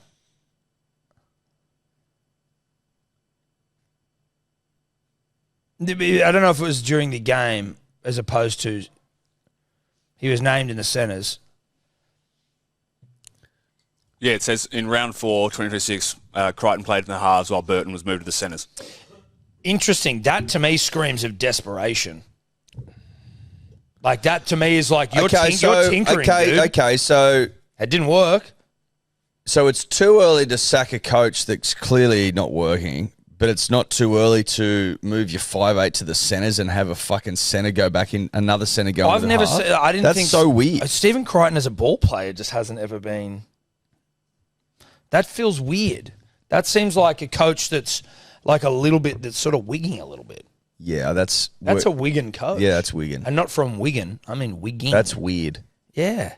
That's real weird. And you're still lost. And he's the best centre in the game. He's now playing in the halves. Now he's in the halves? What the fuck? Wait, what the fuck? But it's funny because like they had a tight win against the Raiders, but are the Raiders 2026 false economy where we but thought did you watch that game? Yeah. It was scat. We did a stream Oh, we for did it. a stream for it. Yeah, it was scat. It was a good game of footy. But like no one was particularly impressive. No, but it just felt like a good tight game of rugby league. It was I don't wet. think It was pretty. I don't think it was. It was pretty like wet, sloppy shit. Yeah, but I think for the fact that I think it was a good game for the weather. I enjoyed For that the weather? game. I remember enjoying that game, and I think the Bulldogs played all right. Like I think it was a close, gritty win in the wet in Canberra. I don't know whether Canberra are who we thought they were. So that's where you're trying to see that win in context. It's like, well, yeah, you beat Canberra, and it's like when people are like, well, Manly pushed Canberra. It's like, yeah, Canberra seem like they're shit now. So I don't actually know what that almost win means. And I know that at the time we said that we pushed the minor premiers, and I stand by that. No, so do I. But in the fullness of time, are they that good? Are they that good? Probably not. I don't know. But again, shout out to the Newcastle Knights, whom I'm jealous of. Let's move on there. And if the Raiders are shit this year, I just can't stop thinking about their exit last year and how many Scroll back sleepless nights Ricky must have had. I know. We did miss the Broncos and the Fish. I don't know if there was anything there other than just like the Broncos won. You know, Stagg scored some tries. Shibasaki, good to see him back. Broncos, they dominate the fixture, mate. They do. They've won 7 of the last 8. Yeah, they do. Like that. Jermaine Isako to the Storm. Huge. That's a Storm signing. Yeah, it is. They just love getting... Great finisher and can kick. Yeah. Mate, they always go up to Queensland and poach a couple of fullbacks and wingers. That's what they do. I like it. I like it for Jermaine as well. It's a reflection of sustained quality that he has put out. And it also, you know what annoys me about this is the highest point scorer in the NRL for the last couple of years, and it's obviously one of the reasons that the Storm want him, right? He scores tries, he kicks goals. You know who scores tries and kicks goals? Ruben Garrick. And for some reason, we just fucking make Fogarty the kicker. It is infuriating to me. I'll be honest with you. I don't like his action. Fogarty, he's not a great kicker. I don't like He's his action. missed some He swipes at him. sitters, dude. He swipes at him. He's missed some sitters. I know we're going back to Manly, and listen, maybe, but like, I just don't, again, not that this is something that you would expect a coach to explain to you, but I really want someone to explain to me why. I almost want to get Readie to ask Turbo. Why is we fucking Fogarty... we almost need to start sending someone to press conferences to ask questions we want answered. Yeah. Honestly, if I knew there was a press conference at 12 today, I might have gone. We still get the alerts. For Manly presses? If the NRL would send out an alert. I don't know if the NRL send presses about club press conferences. I think the clubs do that. Okay, we need to get on that list. That. But yeah, listen, Broncos, good win. I think that they're sort of like it might quieten down about the Broncos noise a little bit now. Couple of wins, unless we get Matt Ballin to Manly, which that's who I want. That won't be announced for a while. No. So, well done. Well Whatever. done. Still got a shit logo. Correct. Know that. Correct. Your logo sucks. Panthers fuck the Eels. Yeah, the Eels stink. Now, Cowboys v. the Storm. We got another video to enjoy here, but this was an upset. But then also, is it an upset or are the Storm, whilst very good... Save it for a Suafa'alongo. They were up against the Dragons a couple of weeks ago. I don't think that they're not the team. Well, they're like everyone else, susceptible to a loss. They've come back to the pack a little bit. They're like everyone else, mate. They've just lost back-to-back games. They didn't lose back-to-back games all year last year. They won last week, didn't they? Win against the Dragons? They lost to the fucking Broncos, lad. Oh, fully. That was last week. At home. They're susceptible. That's what I mean. They're susceptible to losses. A different team. They are a different team. Shout out to the Cowboys, dude. Shout out to them.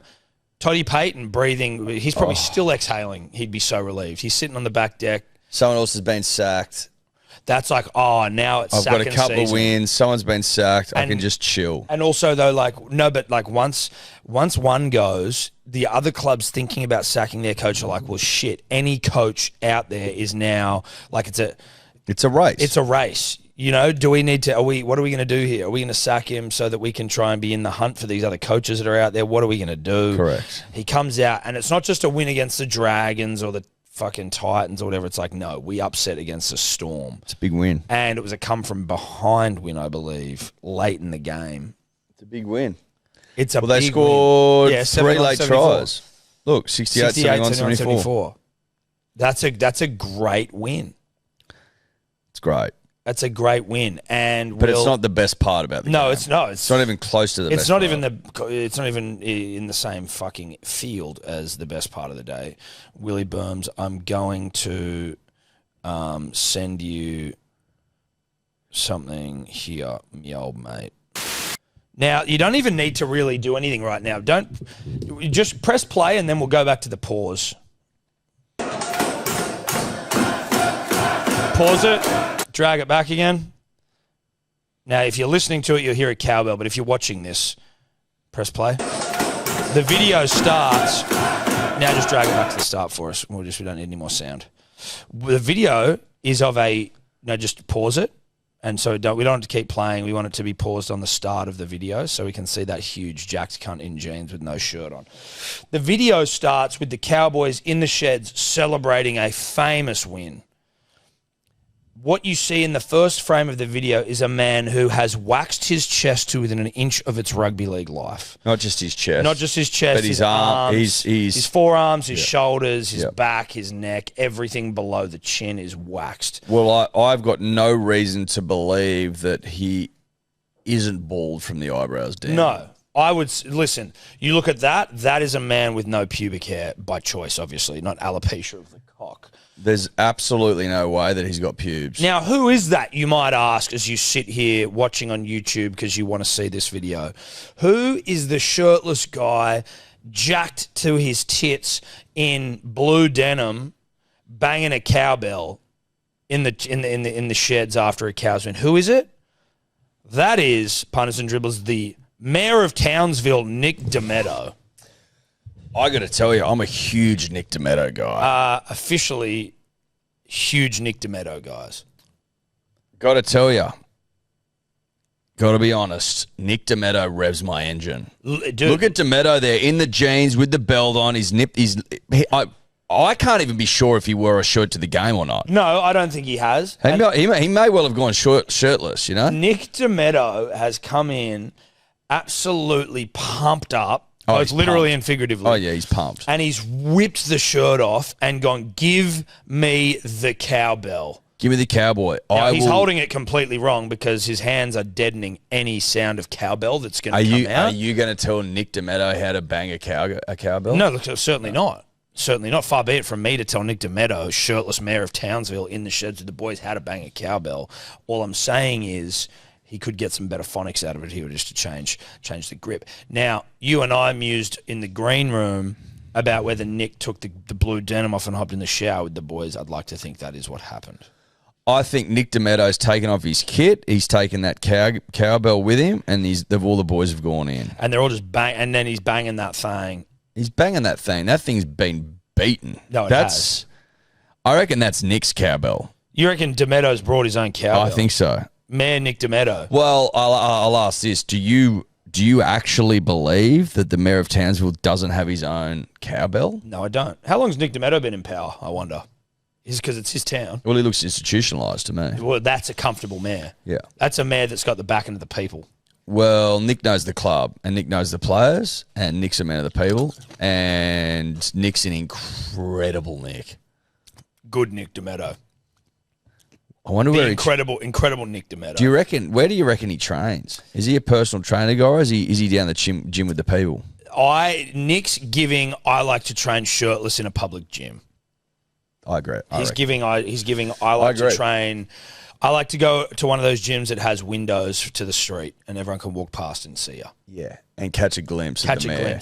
He's got to be the most jacked mayor in the country. Yeah, I'd like to see a more jacked mayor than Nick Dometto. He's definitely the nation's smoothest mayor, and I mean skin wise. Well, you can't get smoother. No, that's for bald sure. From the chin down, he does have a manicured chin strap beard there. Does he? Yeah. Well, listen, in this photo, he does. I think he's like freshly. It's not a Craig David. I think he's freshly shaved there. Look at Nick Dometto, dude. So he was sworn in by a by-election in November 15th, 2025. Okay, so he's fresh. Yeah, so he's making a splash. Yeah, he is. Okay, sworn in by-election. Nick Dometto's making a splash. Yeah. I love it. Good Nick Dometto. Good Nick Dometto. Well done, Nick. Dude, look at this. Look at that. Look at that guy. I just want to know the context. Is there anyone we know what the fuck? Why? How did Nick Dometto enter the room? With his shirt off. It was the shirt already off. Yes. He had to have been. Look at him, dude. He's so pumped up. He's jacked. Is he on the juice? He's pretty old. No, I'm not going to accuse him of that. I'm not accusing him of it. I'm asking you of a 40-something-year-old with veins in the biceps, with pecs that won't quit, with the smoothest body you ever did. Have you got that other photo of Dometto? He's like a bar of soap. He's that smooth. He's incredibly cut in this other photo we saw. I think this is an old photo of Nick Dometto, but I think this is Nick Dometto. I think this is a young Nick Dometto pulling down the, when you're trying to show off your cum gutters. Yeah. Sorry if I flashed some pubes there. I am not bald from the waist down. That looks like him. That looks like a young Nick Dometto. So Dometto, can we look up, Will, if Nick Dometto's done any professional bodybuilding? Has he got an Instagram? Surely. He strikes me as a guy that's competed professionally. He does. Mayor of Townsville, 48, Nick Dometto. Okay, let's have a look here. Does he have a personal one though as well? Surely Nick Dometto's got a personal, because you're not putting like videos and photos of yourself like flashing your cum gutters on. Yeah, he's got Nick Trip 18 is his name, and his profile picture is him looking shredded. I'll get it up. Hold on, what is it? Nick what? Trip. Nick Trip 18. Yeah. So has he competed professionally, Will? No, nothing about. That doesn't say anything about that. But there's a lot of pictures of him in the gym. Okay, he doesn't follow us. Oh yes. Can you get his Instagram up, please? Fuck yeah, Nick Dometto, you mad cunt. A lot of flexing. Yeah, Nick Dometto loves it. Did he win in a landslide, Dometto? Oh, I love it, dude. Nick Dometto's got the shortest shorts in town. This guy's been lifting for a while. Really? Look at him, mate. Well, I know, but these are like these are what would you what's call he? it? What is it? Look at that one there. What's his that one caption? there. A gentleman can never be dressed or Can never be overdressed or overprepared. Love it. Love it, Nicky D. All right, go to that one wheel, the far right, where he's in the mirror. Have a go at him, dude. What's the caption? Hey, what you been up to? Hashtag Townsville, hashtag North Queensland, hashtag life, hashtag die like a champion. What the hashtag gym, hashtag fitness, hashtag fun. Dude, I love Nick Dometto. Go back. There's another one. There's some good ones. Well, I want to see that carousel. Oh, yeah, actually, sorry. Go to the carousel. You're right. I didn't realise. Oh, okay. No, it's just a bit of life. Oh, there is. Well, Donnie. That's Donnie. There's Donnie. There's Donnie in the background. Shout out to Donnie. Hope you're well. Keep going. This is a bit of just... Okay. Keep going. No. Where's the gym stuff? Nicky D. Fuck, he's jacked. All right, fuck this. Let's go back to... there's... go down. That one there, pink, short shorts. Have a go at those. Dometto. Those are established quads. Do you know what I mean? Like, dude, he's got his legs out and about, bro. Yeah. Shaved too. Oh, dude, shaved, waxed, or Veet Moose. I don't know, but they're I'd say not waxed. No, I don't think so. But look at those things, dude. Dude, he's giving it a little. He's giving it a flex. He's pulsing him. He's pulsing him ever so slightly. He's pulsing him. Dude, that's unbelievable. Nick Dometto. Keep going. Pulse those quads. Nick's incredible. He's in such good nick. But he's got these grey chops. They're sort of like slightly protruding grey sideburns that he lets grow a bit. Looks a bit Wolverine. Can we just scroll back down and see some other ones? He looks a bit Hugh Jackman, doesn't he? I just want Nick Dometto gym stuff. There he's getting sworn in. Oh, no. Go down. There's him with the mower with the shirt undone. Scroll down, Will. Just one more. Blue shirt there. Left there. Look at that sexy shot. Oh, my God. You want something, you when was gotta that? take November it. 30. So he's won the election. Yeah, there. you want something, you got to take it. You want something, you got to make it. Oh, flick through that carousel, lad. Give me some, Nick. Nah, Pauline Hands.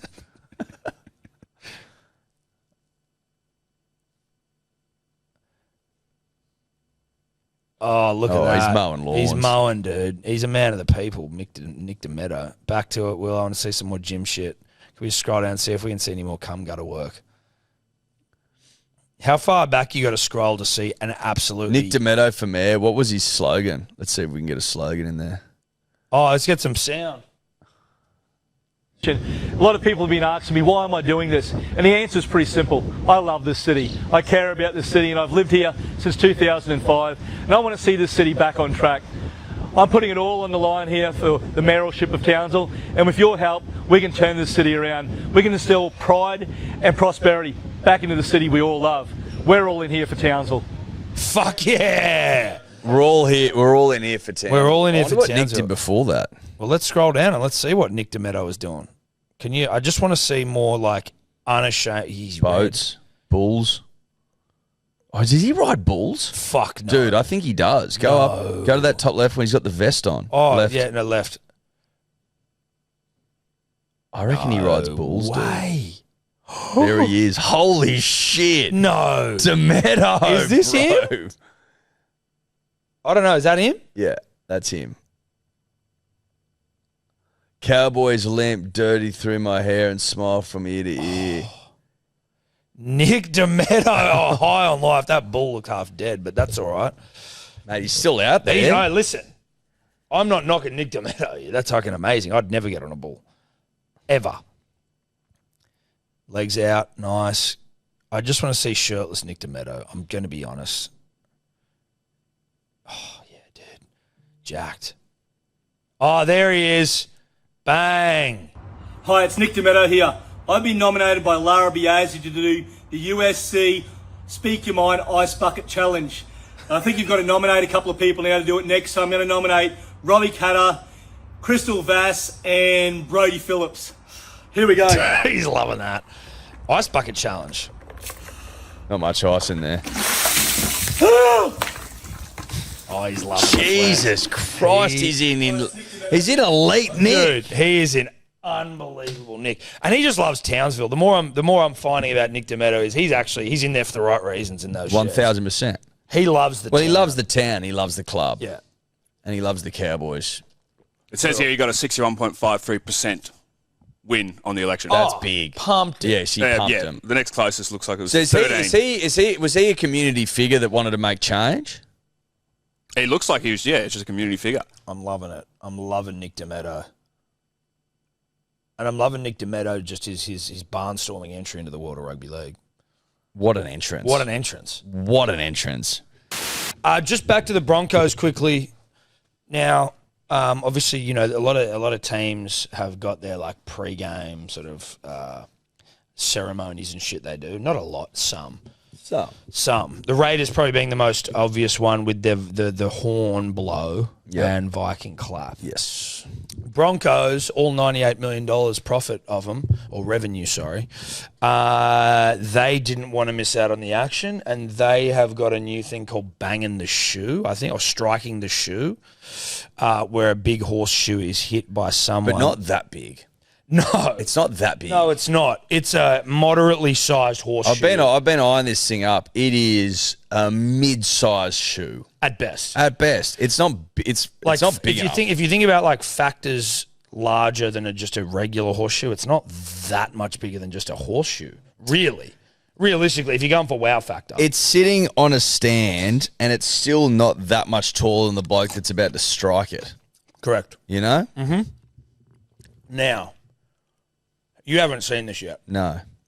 This is some of the most electric pre-game entertainment you could ever hope to see. Okay, let's strike the shoe. I need you to say it with me. All right, here we go, Brisbane. Strike the shoe.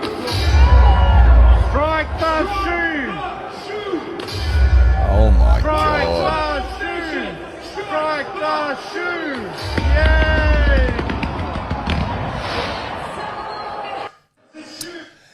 Has this replaced a man riding out a Bronco? Do you think this is them getting rid of Buck the Bronco because Peter's still Yeah, decided to live I do. out? Is it? Wasn't that their tradition?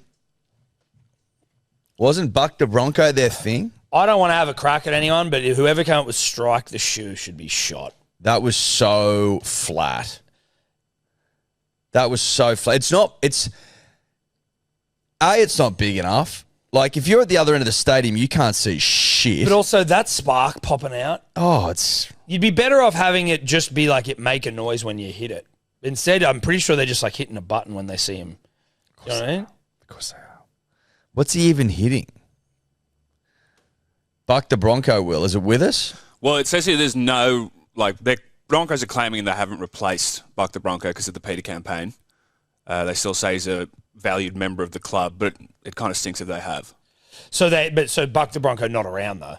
Well, they're saying they haven't got rid of him, so if he comes back, then yeah. But we haven't seen him. No, so that's why I think it's Right. So that's what this is. Right. That's what this is. Don't admit you've got rid of Buck the Bronco, but you definitely have because you've bought this stupid thing in called Strike the Shoe. That's what Buck the Bronco was the thing. Buck the Bronco was the bloody Bronco. He was your rev the up. thing. That was your rev up. And he was at the big flag. He'd ride out with a big flag. And what, like it's mean to a horse to ride around a stadium? They get used to shit. He was probably like, yeah, I can't wait for game day. Mate, I reckon he would have loved it. He would have loved it. He was Buck the Bronco. Exactly. And now he's just Buck. And now he's just Buck. Now he's just Buck in a trying to convince his horsey mates. He's trying to convince his horsey mates, being like, mate, I used to be Buck the Bronco. Sure you were. Bullshit. Mate. Sure you were. Oh, mate. well, yeah, sure. Sick. Oh yeah. Yeah, you look a bit like him. Oh, a little bit. Yeah, you look a bit like him, mate. I don't know. I think you're talking. So do I. I'm a horse. Yeah, We all look the exactly. same. We all look like fucking. If we're the same colour. Yeah, not being racist, they all look the same. Well, I'm not being horsist. No. You know, outside of particular markings, they all look fucking identical. Yeah. Sorry, Buck and Peter. So yeah, we've seen someone try to impersonate Buck the Bronco before. So what makes me think you aren't doing the same thing? That's the problems Buck's having now that he's been replaced by this shoe. Yeah, he's at the height of disrespect. But You've also replaced Buck with a shoe. It's also, for me, you've clearly workshopped the living shit out of this idea because you have replaced Buck. You haven't admitted, but you definitely have. And this is what you've come up with. This is like, what can we do? What can we think of? What'd be cool? What'd be fun? What'd be trendy? What'd be now? What'd be Broncos? Oh, let's get a fucking horseshoe and hit it with a hammer. Yeah, but how does that align with our mission statement and our principle? Yeah, that's it. And it's got to have sparkles and shit, and it's got to have fireworks, and it's got to be loud. So you've got to meld sounds and visuals, And it's got to be big, but not too big. Like, what do we like about the Viking horn? Well, it's big, right? So we need something big, but it also makes noise. Okay, so we need something that makes noise but can be operated. We got to get someone who gets to. We need like some celebrity to do it every time, or a club legend. So we need to get someone in. So it's like changing constantly. It's just like Buck the Bronco was doing it where he was working the house down. Buck was doing it. This is a club with too much money. What are we going to spend our money on? Yeah, we've got so much money. Like, here's Manly fucking taking money away from different parts of the club to pay off retired injured players. While the Broncos have so much money, they're like, oi, let's get a medium-sized horseshoe and get Alex Glenn to hit it with a hammer before. Small to medium. Small to medium. It's small to medium. Let's get a small to medium horseshoe, get Alex Glenn to hit it, and sparkles will come out of it, followed by a pretty ostentatious fireworks display. Yeah. We've got too much money. Way too much money. This is gaudy. Not every club has a thing. You don't need a thing. You had a thing. One. You had a thing. If you were getting rid of it, that's it. You don't replace Buck the Bronco with a small to medium horseshoe. Or you get a new Buck the Bronco. Get a horse that's up to it. Yeah, exactly right. If Bronco was having a sook, find one that's going to love it. Or if Buck's, aged out of the role, like that's what happens across this, across all forms of media. I remember a time, Tom. The year was 2000, where we reenacted the Man from Snowy River to open the greatest games of all, and there was 100 horses out there in front of 80,000, 100,000 at the time, 104,000, I think, something like that. Read a book. There was 100 horses out there, loving it, absolutely loving it. Horses like being the center of attention as much as any animal I've ever come across, mate. Seriously.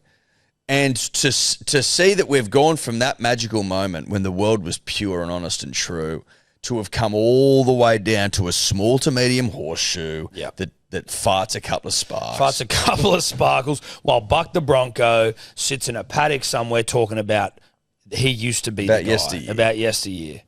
It's sad. It's sad. And it's a club that's gone crazy with money. And this is the biggest controversy they've had all year, and I don't care what you say. You want to talk about real problems at the club? This is it. They just want a premiership management guy, Ben Teal. I reckon this might be why Ben wanted to leave. He's gone, this thing's dumb. He saw them will this out, and he goes, nah, I have principles. This is stupid as shit. Mate, the stage it's getting wheeled around on's comfortably bigger than the horseshoe itself. It is. Everything around that shoe is bigger than the shoe.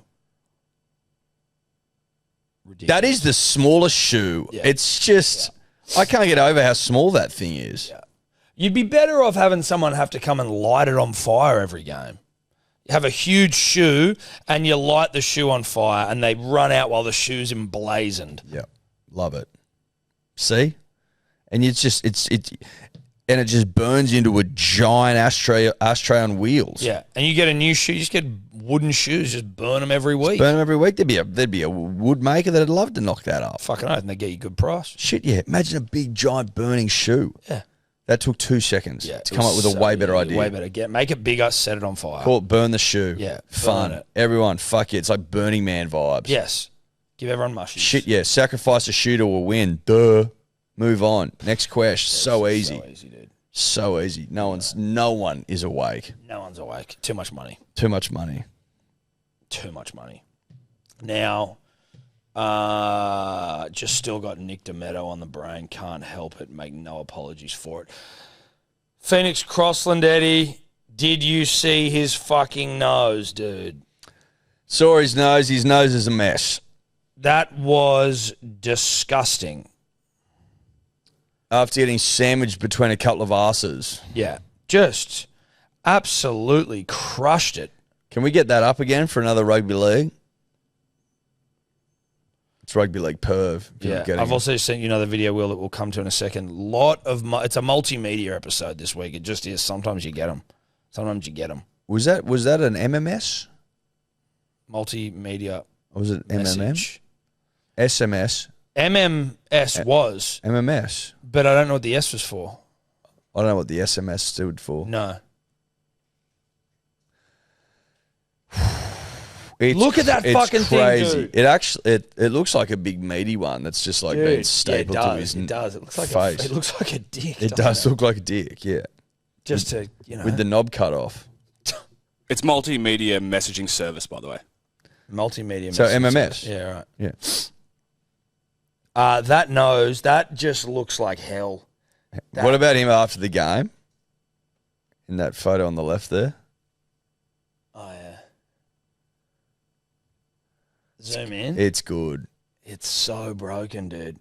That's just so It's so brutal. swollen. That's like the worst I've seen, I think. And obviously, like, some you see them where they're smeared all over their face, a la Blake Ferguson and that. But, like, this just looks the most fucked up. He looks like a dog. He looks like a pit bull. He looks like a pity. Yeah, he looks like a pity. Or a bull mastiff or whatever they are. Yeah, I'm with you. Whatever that one with the nose It's is. a pit bull terrier. Pit bull terrier. That's what it looks They're like. cute dogs. And he looks very cute there, bleeding, smiling, like, quickly just to the results. I just want to have one more look at results before we then Back go to results. Well, was there any that we missed? Raiders lost to the Sharks. Care. Titans beat the Sharks, Dragons. though, bit of underbelly. Titans beat the Dragons. That's whatever. bad for the Dragons. Like, the Dragons are actually fucked. And the Rabbitohs had a bye. Mates, Howe can play. He had a great game. Did you see him? Oh, I did. With I his saw little some dummy highlights. and go and No, shit? that was hot. Mate, he was unbelievable. Back row for the Titans. I'll talk about Howe for a second. He had a great game. Couple of tries. Again, breaks the line, fend, dummy, goes himself. It's good stuff. Yep. It's very good stuff. And Kyle Flanagan out for a while, knocked out for 5 minutes. yeah, I Which saw is that. edge. That is edge. That's very edge. Thoughts and prayers with Kyle. Yes, absolutely. Dragons, though. Arama Howe, 47th, 73rd, so heaps of points. Dragons. 22-14. Dragons, I mean, Pooslinger, final 6 p.m. Pooslinger for the year, which is nice. Dragons 0-4, though, to start the year. Initially, I did say last week that they aren't an 0-4, an 0-3 team. I do think they're an 0-4 team, though. Does that make sense? It does.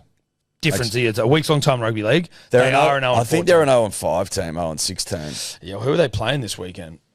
They'd suck a dick for a bye, wouldn't they? And I'd respect that. It's a reasonable suck. Cowboys. Tough time to come onto the Cowboys after that win. At home, Cogra, 5:30. Yuck. All of that's yuck. Wouldn't surprise if they won that, No, it wouldn't. though. No. Having said that, No. wouldn't surprise. Wouldn't surprise. Anyway, Anyway, that's the round. Shane Watson, heard of him? Mr. Review One of the great all-rounders we ever produced. Mr. Worst conversion rate in world cricket. Mr. Worst conversion rate from 50s to 100s you've ever seen, but could play, won a couple of AB meds, but only got like 4 test tons in his career. 3, I think. 3 or 4, not many. Infuriating talent because he was so good, but he just didn't seem to be able to do it.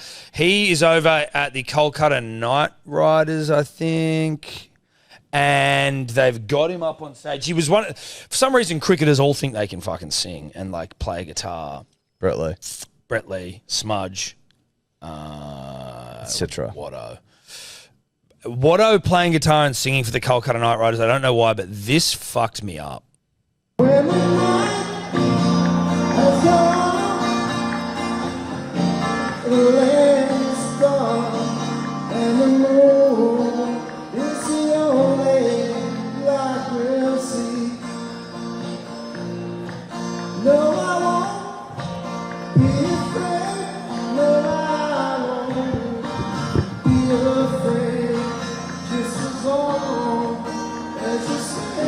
Oh my God.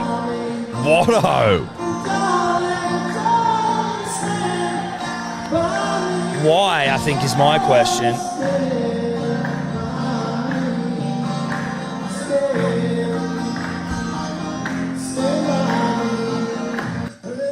Okay, questions. So many questions. So many questions. So many questions. The first thing electric guitar. Well, the first thing I'll setting? say is that we aren't getting the proper feed, and we're just getting it off someone's phone, and so maybe it sounded better in the room. I will give him that devil's advocacy.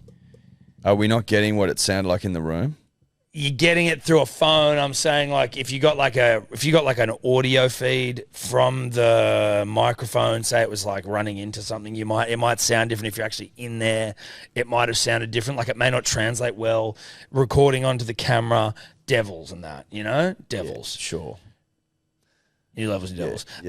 But you're right. Adele sounds like pure shit when people record her at concerts as well. Listen, I don't think that anyone thought that Watto was going to be Adele, Well, I wasn't sure when you showed No. I'm like, why would an IPL team get Watto up? Well, see, this is the real sitting on a little stool, playing electric guitar in suede boots, playing electric guitar when probably acoustic was called for. Belting out his best. Yeah, and failing to convert once more. Also, the song choice, Stand By Me, is a weird one. With a bit of a clap going on in the background that no one's committing to. No. When you get a clap on going, which has always made me feel uncomfortable. No, absolutely. Always made me feel uncomfortable. I hate a clap along. Sorry, I don't want to be a hater. Everything, always standing by these knights, Watto. That's the caption. None of it makes sense. 113,000 people have liked that. The Indians have an insatiable appetite for all things cricket. It's insane. Well, it's the Knights Unplugged 3.0. Is this a festival? Okay, you're going to need to Google that now, Will. What's the Knights Unplugged? It's I read that as the third edition of the Knights Unplugged. It's obviously a play on music because you are plugged in, right? Is that... What's the unplugged Essentially, nature? if you're playing an acoustic guitar in that setting, you would still have it electric because it's going to be playing through speakers. So it says the Knights Unplugged 3.0 is an exclusive, intimate and interactive fan engagement event organised by the Kolkata Knights. So it must just be like a season launch almost. So it's like, come and watch Shane Watson sing Stand By Me, which I assume was is a karaoke was there a poster like a promotion for the event? Just want to see where he was. Oh, yeah, where his name comes in the lineup. Yeah. This screams of Watto. What do you like to sing? And he's like, I can sing Stand By Me. Or is it scream of Watto going, I want to sing at this event? No, listen. As much as he's a cricketer who likes to to sing, he doesn't scream, "Hey, look at me." If you think about post-career Watto, he's not on a current affair flogging bitters and shit. You know what I mean? Like, oh wait, we're talking about that now, are we? Talking about Noosa? Shit, I thought we wanted to talk bitters. Here to talk bitters. I'm just here to talk bitters. Yeah, I'm just here to talk Australian bitters. Yeah. That's still one of the best promotional things of all time. It's the best. I'm just here to talk about bitters. I'd love to ask you about that. I'd love. Yeah, I just didn't expect on a current affair to be asked about anything other than Australian bitters. As we discussed. You had assured me that's what it was going to be. I thought you were just keen to talk bitters.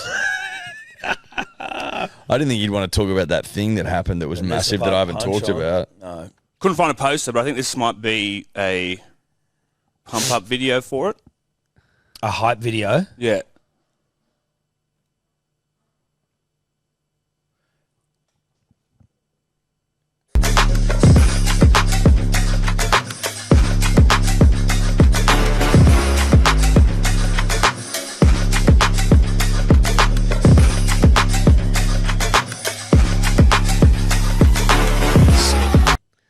Sick, dude. Well, what happened, mate? The Tars got a win. Will, did you actually watch this one? Yeah, I did. I watched it on Friday night. It was great. We for the last couple of weeks, we've just disappeared at the 60th minute and just been shit-ass and lost. Yep. But we held on strong for the last 20 minutes and we beat the Brumbies in Canberra. You like that? You love it. You do Always good to beat the Brumbies. And maybe just before we do get to our dribbles, Thick Ropes lost the grand final. So what happened, mate? Mate, we didn't score enough runs, and I've got the top of the order as the fucking run machine that I have been. I got out for 17, caught behind. 17. Jesus Christ. 17, caught behind. The Streety had a good knock. Halves had a good knock. Willie Burns came in and pumped a 24 off like 10 or some shit. So we posted a shit score. So what, you were 17 off how many? 14. Not a great SR. It was awful. No. Awful. Man for big occasion, not Tommy Burns. And were you expensive? But me personally buying, no, it was all right. I went fucking close to it, getting a couple of wicks, took a catch, but we dropped a couple of catches. Our fielding wasn't great. And was this the nemesis? Yeah, this is our nemesis. These are the guys that didn't shake our hands once. Yeah. The guy that I bowled around his legs and it got onto the Fox cricket. So they, in terms of satisfying wins for them, they would have been coming in their pants. They didn't even look that excited, though, which annoyed us even more. But we had all of our family down there. Wives, girlfriends, babies, grandparents. Everyone. There's about 30 people down there. Yeah, and you lost. And we lost. One of the fucking... Was it flat? Yeah. No, we went to the Nelson afterwards and it was Steph and the girls were going to go back to Newport and I was going to stay and rip and everyone was just we didn't earn a rip. We lost. Close, it was close, which makes my batting hurt me. I woke up at fucking 4 in the morning to take a piss, and as I was sitting there, I go, "Fuck, fuck, dude, we got so close." Because we batted first, so I was they needed 4 runs off 8 balls, and they got it with maybe 5 balls to spare or something. But it's if I just fucking got a couple more. Yeah, but you're playing in the hypothetical now, mate. No, I know I am, mate. But that's what happens when you got 17 or 14. Yeah. You know what I mean? You let the team down. I let the team down. That's what I'm saying. On the biggest day of all as well. Mm-hmm. The GF. Huge. Yep. We were all flat. And you thought you were going to win, I'm sure. You should have seen our WhatsApp group in the lead up to this. We were sharing our favourite memories from the club's history. Oh, Jesus. That's not good. Oh, counted them chickens. Oh, mate. I wouldn't say counted them chickens, but yeah, we counted them chickens. We talked about glory and greatness and what it means to be great and daring to be great. Yeah. And chickens were counted. Chickens and how many chickens. Yeah, we did all of those things. But you got to go into a grand final thinking you're winning, right? No, exactly right, Will. We did. We went in confident, full of... Willie Burns was our best player, by the way. He got runs when we needed him, and he fucking bowled like an absolute demon. Absolute demon. How did they go in their semi? Did they scratch in or did they pump them? No, they pumped them. That was we were sort of in hindsight because they obviously played their semi the same day. There was almost a bit of a benefit. They came in warm, and I don't mean we've warmed up warm. It's you've been bowling, got your eye in. You got your eye in. And the boundaries were so big, we were struggling to hit boundaries, and we were like, fucking hell, mate. Tough to hit boundaries out here, and then they came out and we're just pumping them. We were like, yikes. Anyway, onto the winter comp. Punters and dribblers, this episode brought to you by Good Day Multivitamin. It's the number one multivitamin in all of the land. That's Australia. That's the land that we sit on, which we sit, baby. Now, I've got a review for you. Tom, this is from Angus. 5 stars, the OG. The OG and the best. Actually notice it when I don't start my day the right way, the good way, the good day. Good to know the first tick of the box for the day can set you up for a good afternoon as well with less fatigue. Love it. I warehouse assist part-time and study part-time, so definitely feel like it helps and reduces my need or craving for the BS energy drinks and unnecessary coffees after lunch. What a review. What a man. Love it. Shout out to Angus. Also, shout out to those that signed up for the Para Half Mara. I believe it's now sold out. Woo! Goers, get to training. That's it. BeGoodHealth.com.au for all your Good Day multivitamin needs and your electrolyte needs. Code Dribbles 10% off. If you want to be a subscriber, Punters and Dribbles, you get 20% off. Smart decisions. Smart decisions. Saves money. Yeah, that's right. That's Good Day. Yeah. All right. Oh, just a quick one. Tiger Woods. Oh, yeah. Mate. What's doing, lad? I mean, he's his third car crash, isn't it? Oh, you've just got to wonder, at what point does Tiger go, I'm a billionaire, I'll just have a driver? I don't need to drive. He doesn't need to drive. I didn't know he was dating a Trump. Didn't know that? Is he? Vanessa Trump? Who's Vanessa Trump? She's hot. It's his daughter, isn't it? Vanessa Trump has made a significant move. Vanessa Trump is that Trump's daughter? Why have we never heard of Vanessa Trump? Smoke show. Is she? Vanessa? Ex-wife of Donald Trump. Ex-wife? No way. Vanessa K. Trump is an American model. She's the ex-wife of Donald Trump Jr. Junior. Is that Donald not Trump Jr. Isn't he? No, Donald Trump Jr. is Donald's son. Donald's son. Okay, right. I was going to say, I'm like, she's much too young. He's been with Melania for fucking ever. Okay. Well, So- he needs to, apparently he's got rumour suggesting that he's got like an opiate issue and stuff because if he's had chronic back pain. Yes. He just can't be driving. You just Just don't- get you a don't- fucking yeah. driver. What are we doing? Yeah. What are we doing? You just don't need to drive. The problem is... He's rolling and crashing cars left, right and centre. I know. And I think at some point, like, maybe you just... Is that his sometimes second wanna go car for it. roll? I think it is. The other one was this... I don't even know how The bad one where he this one almost was. lost his leg. Yeah. That was fucking bad. I don't know how bad this one was, but it was obviously not good, but he refused to, like, breathalyzers and piss tests and... He ended up doing a breathalyzer. Sorry, He wasn't- passed the breathalyzer, refused the piss test. I didn't know you could refuse that. I guess they can't force you to piss. Well, What are you going to do, mate? Yeah. Sorry, I'm going to hold it in. what are you going to do? Yeah. It says he's had at least 4 major car crashes or significant vehicle incidents since 2009. Yeah, right. That's a lot. That's too many. You're getting into Hopawati territory. That's too many. Just get a driver, buddy. yeah. Just You're get a so driver. rich. Get a driver, and obviously, get on top of your opiate addiction. But get a if driver. you do have one. I just can't get over it. You're not fit to get behind the drive. wheel, mate. No, you're not. The Masters also around the corner. Is he going? Well, are we ruling him in or out of that now? I'm not prepared to make a decision either way. I'd like to see him play. That's my point. You just want to see Tiger play. I just would like to see Tiger play. That's all. It's all he's asking for. It's all he wants. It'd be nice. It'd be really nice. And I stand with you. Couple of dribbles. Should we get to some dribbles? Couple of dribs. Let's go.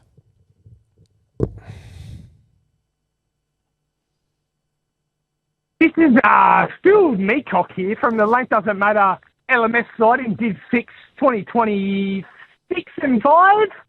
And look, I just want to know, what, was it 17 or 14 today, was it?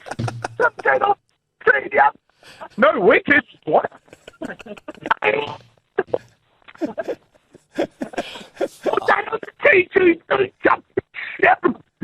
Can't hear it. Can't hear it either. Is that the recording? I think so. Oh, no, Tobler. That's so good. They didn't bring that energy on the field, I'll say, but they fucking did. I'm glad I addressed it before that call. Fuck. Who was the guy? Was it? You played again? Play it again. This is Phil Meacock here from the Length Doesn't Matter LMS side in Div 6 2026 and 5. And look, I just want to know, what, was it 17 or 14 today, was it? 17 or 14, yep. No wickets. What? No wickets. What? I think it was the fellow with the long hair. There was one guy with long hair. I think that was him, Still Meacock. Oh, yeah, the spinner. Yeah. Yeah, right. Listen, you can't argue with it. You can't argue. You got to come out here. You got to take your licks. It was an absolute fucking waking nightmare. When did you know it was over? Dude, last 2 overs to go, we were still tight. Like it was coming down, and we brought the field in. We were on the back foot, mate, the whole time. Credit to the length doesn't matter. 11, you won, and winners have parties. Losers sit here on a podcast and get fucking buried. So I will say though that energy wasn't brought out there on the field. And so it does feel a little bit foreign. I almost don't know if that was anyone on their team, or whether it was just someone who's seen my score and called in. You know what I mean?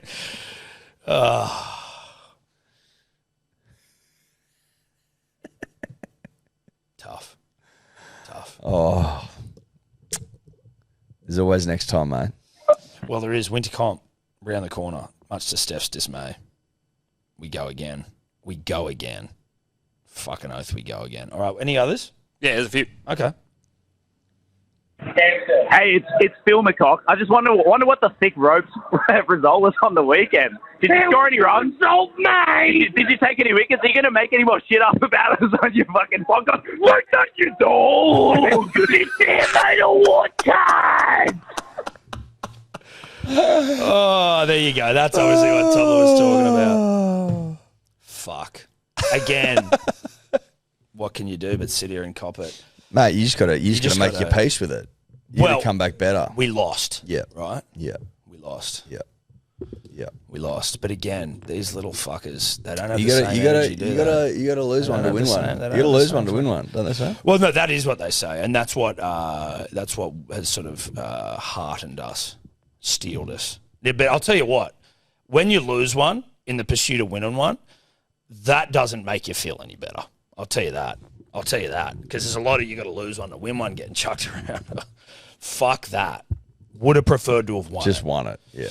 I don't know if he's talking about them making anything up. I don't know if we made anything up. Well, no, we just pointed out the fact that the first time we beat them, they refused to shake our hands. Oh, well, that's true. Yeah. That's true. Nothing else has been No. fabricated. That just is true. And I bowled one of you around your legs and it got into Fox. That's all right, though. I don't want to. I can't talk shit here because I got fucking pumped and I didn't get any runs and I didn't get any wickets. No runs, essentially, by my lofty standards. No. Well, by your average, yeah, you were well off the pace. Yeah. Have they called in again? Are there any more? Fuck. I probably deserve it. Let's see. Boys, as a fucking Dragons fan, I'm not having a good day. I'm having a terrible morning. Not being as loud as I usually wanted to be on the Panthers Dribbles hotline, but I'm currently pacing around my work because I can't go in. Fucking outraged. Boys, we've got a bit of a similarity between the great Manly Oregon Seagulls and the Dragons, is that we keep on fucking signing pound dogs. We're signing fucking dogs instead of getting some young Rare and Cade, some Joey Walshes of sorts. We've got all these fucking players that are sitting there doing good work, doing good fucking honest rugby league work, and they're just being wasted. And it's a fucking punch in the face. I don't know about you boys, but it's really starting to shit me off. Fucking Atkinson is just so shit. He really just gave it to me yesterday. Flanagan got his head fucking taken off, which probably isn't a bad thing. But fuck, man. Just fucking give the boys a go. Joey Walsh, give him a go. Cade, it's a fucking disrespect to all the Cades that have come before him, that have sharpened him up. Sharp as iron. And he's just not being used. Love you, boys.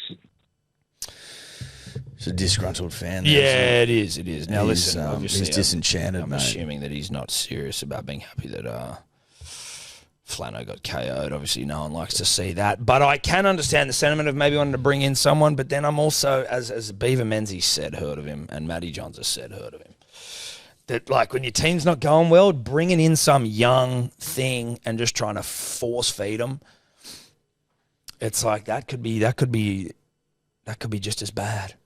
You know, you bury them, you burn them. You could bury, you could burn. Yep. You could burn, you could bury. The reality is the Dragons are not good. And you don't have the cattle. No. And you're probably going to get the spoon.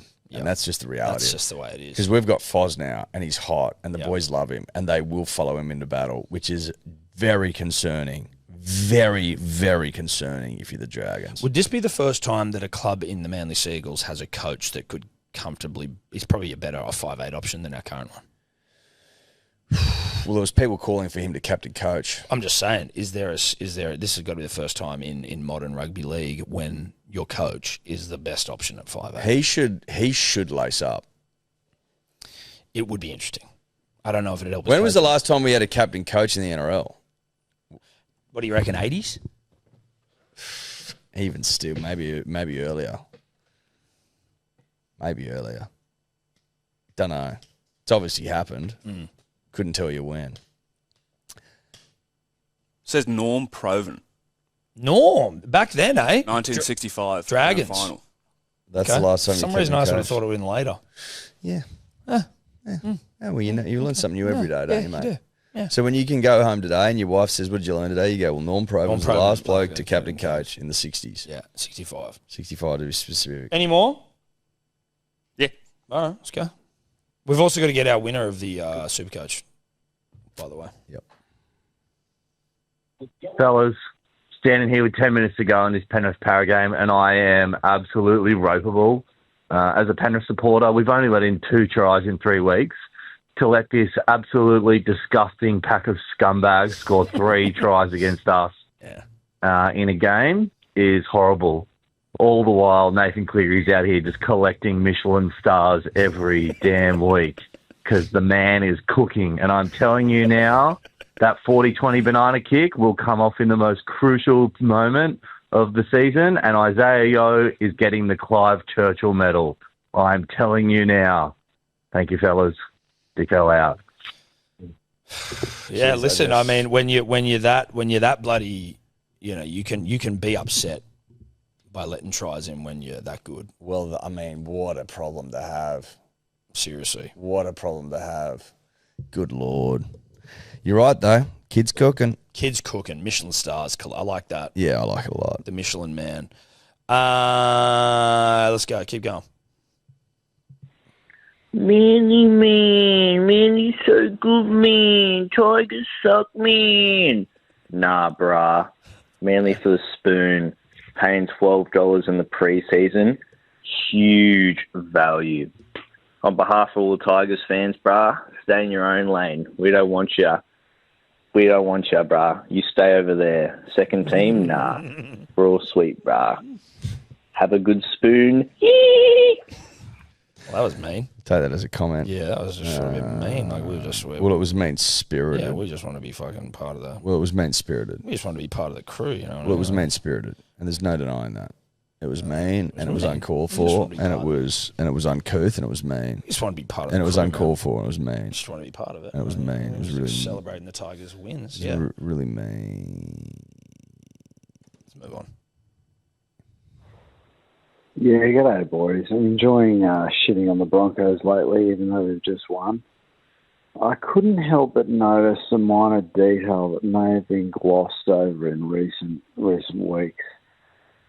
Did they not win a comp and then change their logo?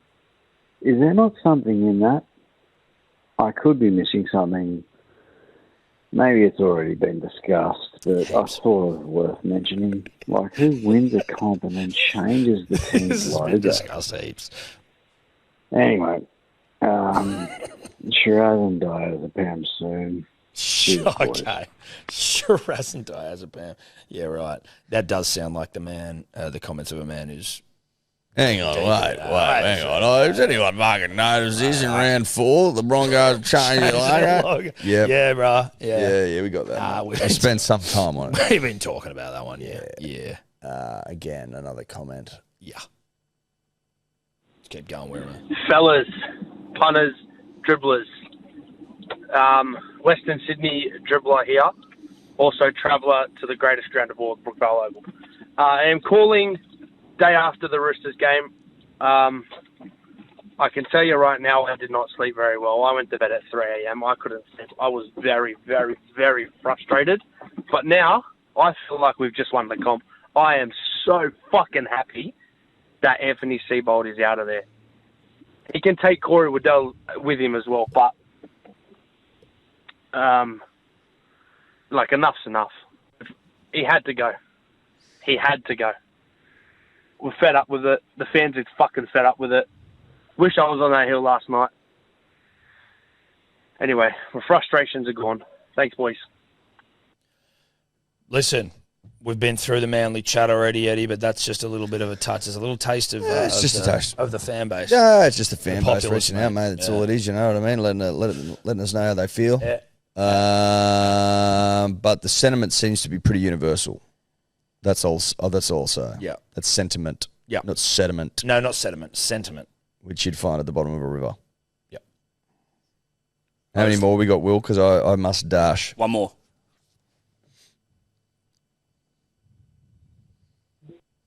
Gentlemen, I just wanted to say, you fucking Manly blokes absolutely suck. Meow, meow, meow, meow. Meow, meow, meow, meow, meow. Meow, meow, meow, meow. Meow, meow, meow, meow, meow. I like that one. Yeah. All right. Let's just quickly get to our winner. Have you got it, or would you like me to get it? I've got it right here. Snorting Hines. Great name. That's HYNES. 1,524. His team looks like this. Harry Grant, Stefano and Howe, Jaden Seward, Jacob Preston, Finny Fuiaki, Nico, halfback and captain, Talangi at 5'8". Then Jenkins, Val, Iro, Young, Farlongo, Tanner Boyd, Flex, and his bench is Warbrick, Lukey, McEwen, and Ethan Sanders. Snorting Hines, congratulations. You will get $50 thanks to Good Day pending your subscription. Well done, mate. And obviously congratulations to the goers who beat Dribblers Day comfortably 11.89 to 9.68. Yeah, tough weekend for me across the board. An absolute rugby league pumping. A tough weekend for me just across the board. Just an absolute rugby league pumping, and we love it. And I we wouldn't love even to call it a see pumping. So it's pretty bad. It was a pumping. So there you go. Now, Kid was if pumped. you are a part of the Hello Sports Supercoach League, then if you win and you're a subscriber of Good Day, you will get $50 sent to you thanks to our friends at Good Day Daily Multivitamins. If you win the whole season and you're a subscriber, you're going to get $5,000. That's what is to play for. Now, as we say goodbye, Will, I think in the spirit of taking my licks, can you just play that call again from those bastards who beat us? And I'm just going to sit here and cop it. Just sit here and cop it, you fucking cunts. Hey, it's Phil McCock. I just wonder what the thick ropes result was on the weekend. Did you score any runs? Result, mate! Did you take any wickets? Are you going to make any more shit up about us on your fucking podcast? Like that, you dog! It's there, mate, a what cards! Fuck!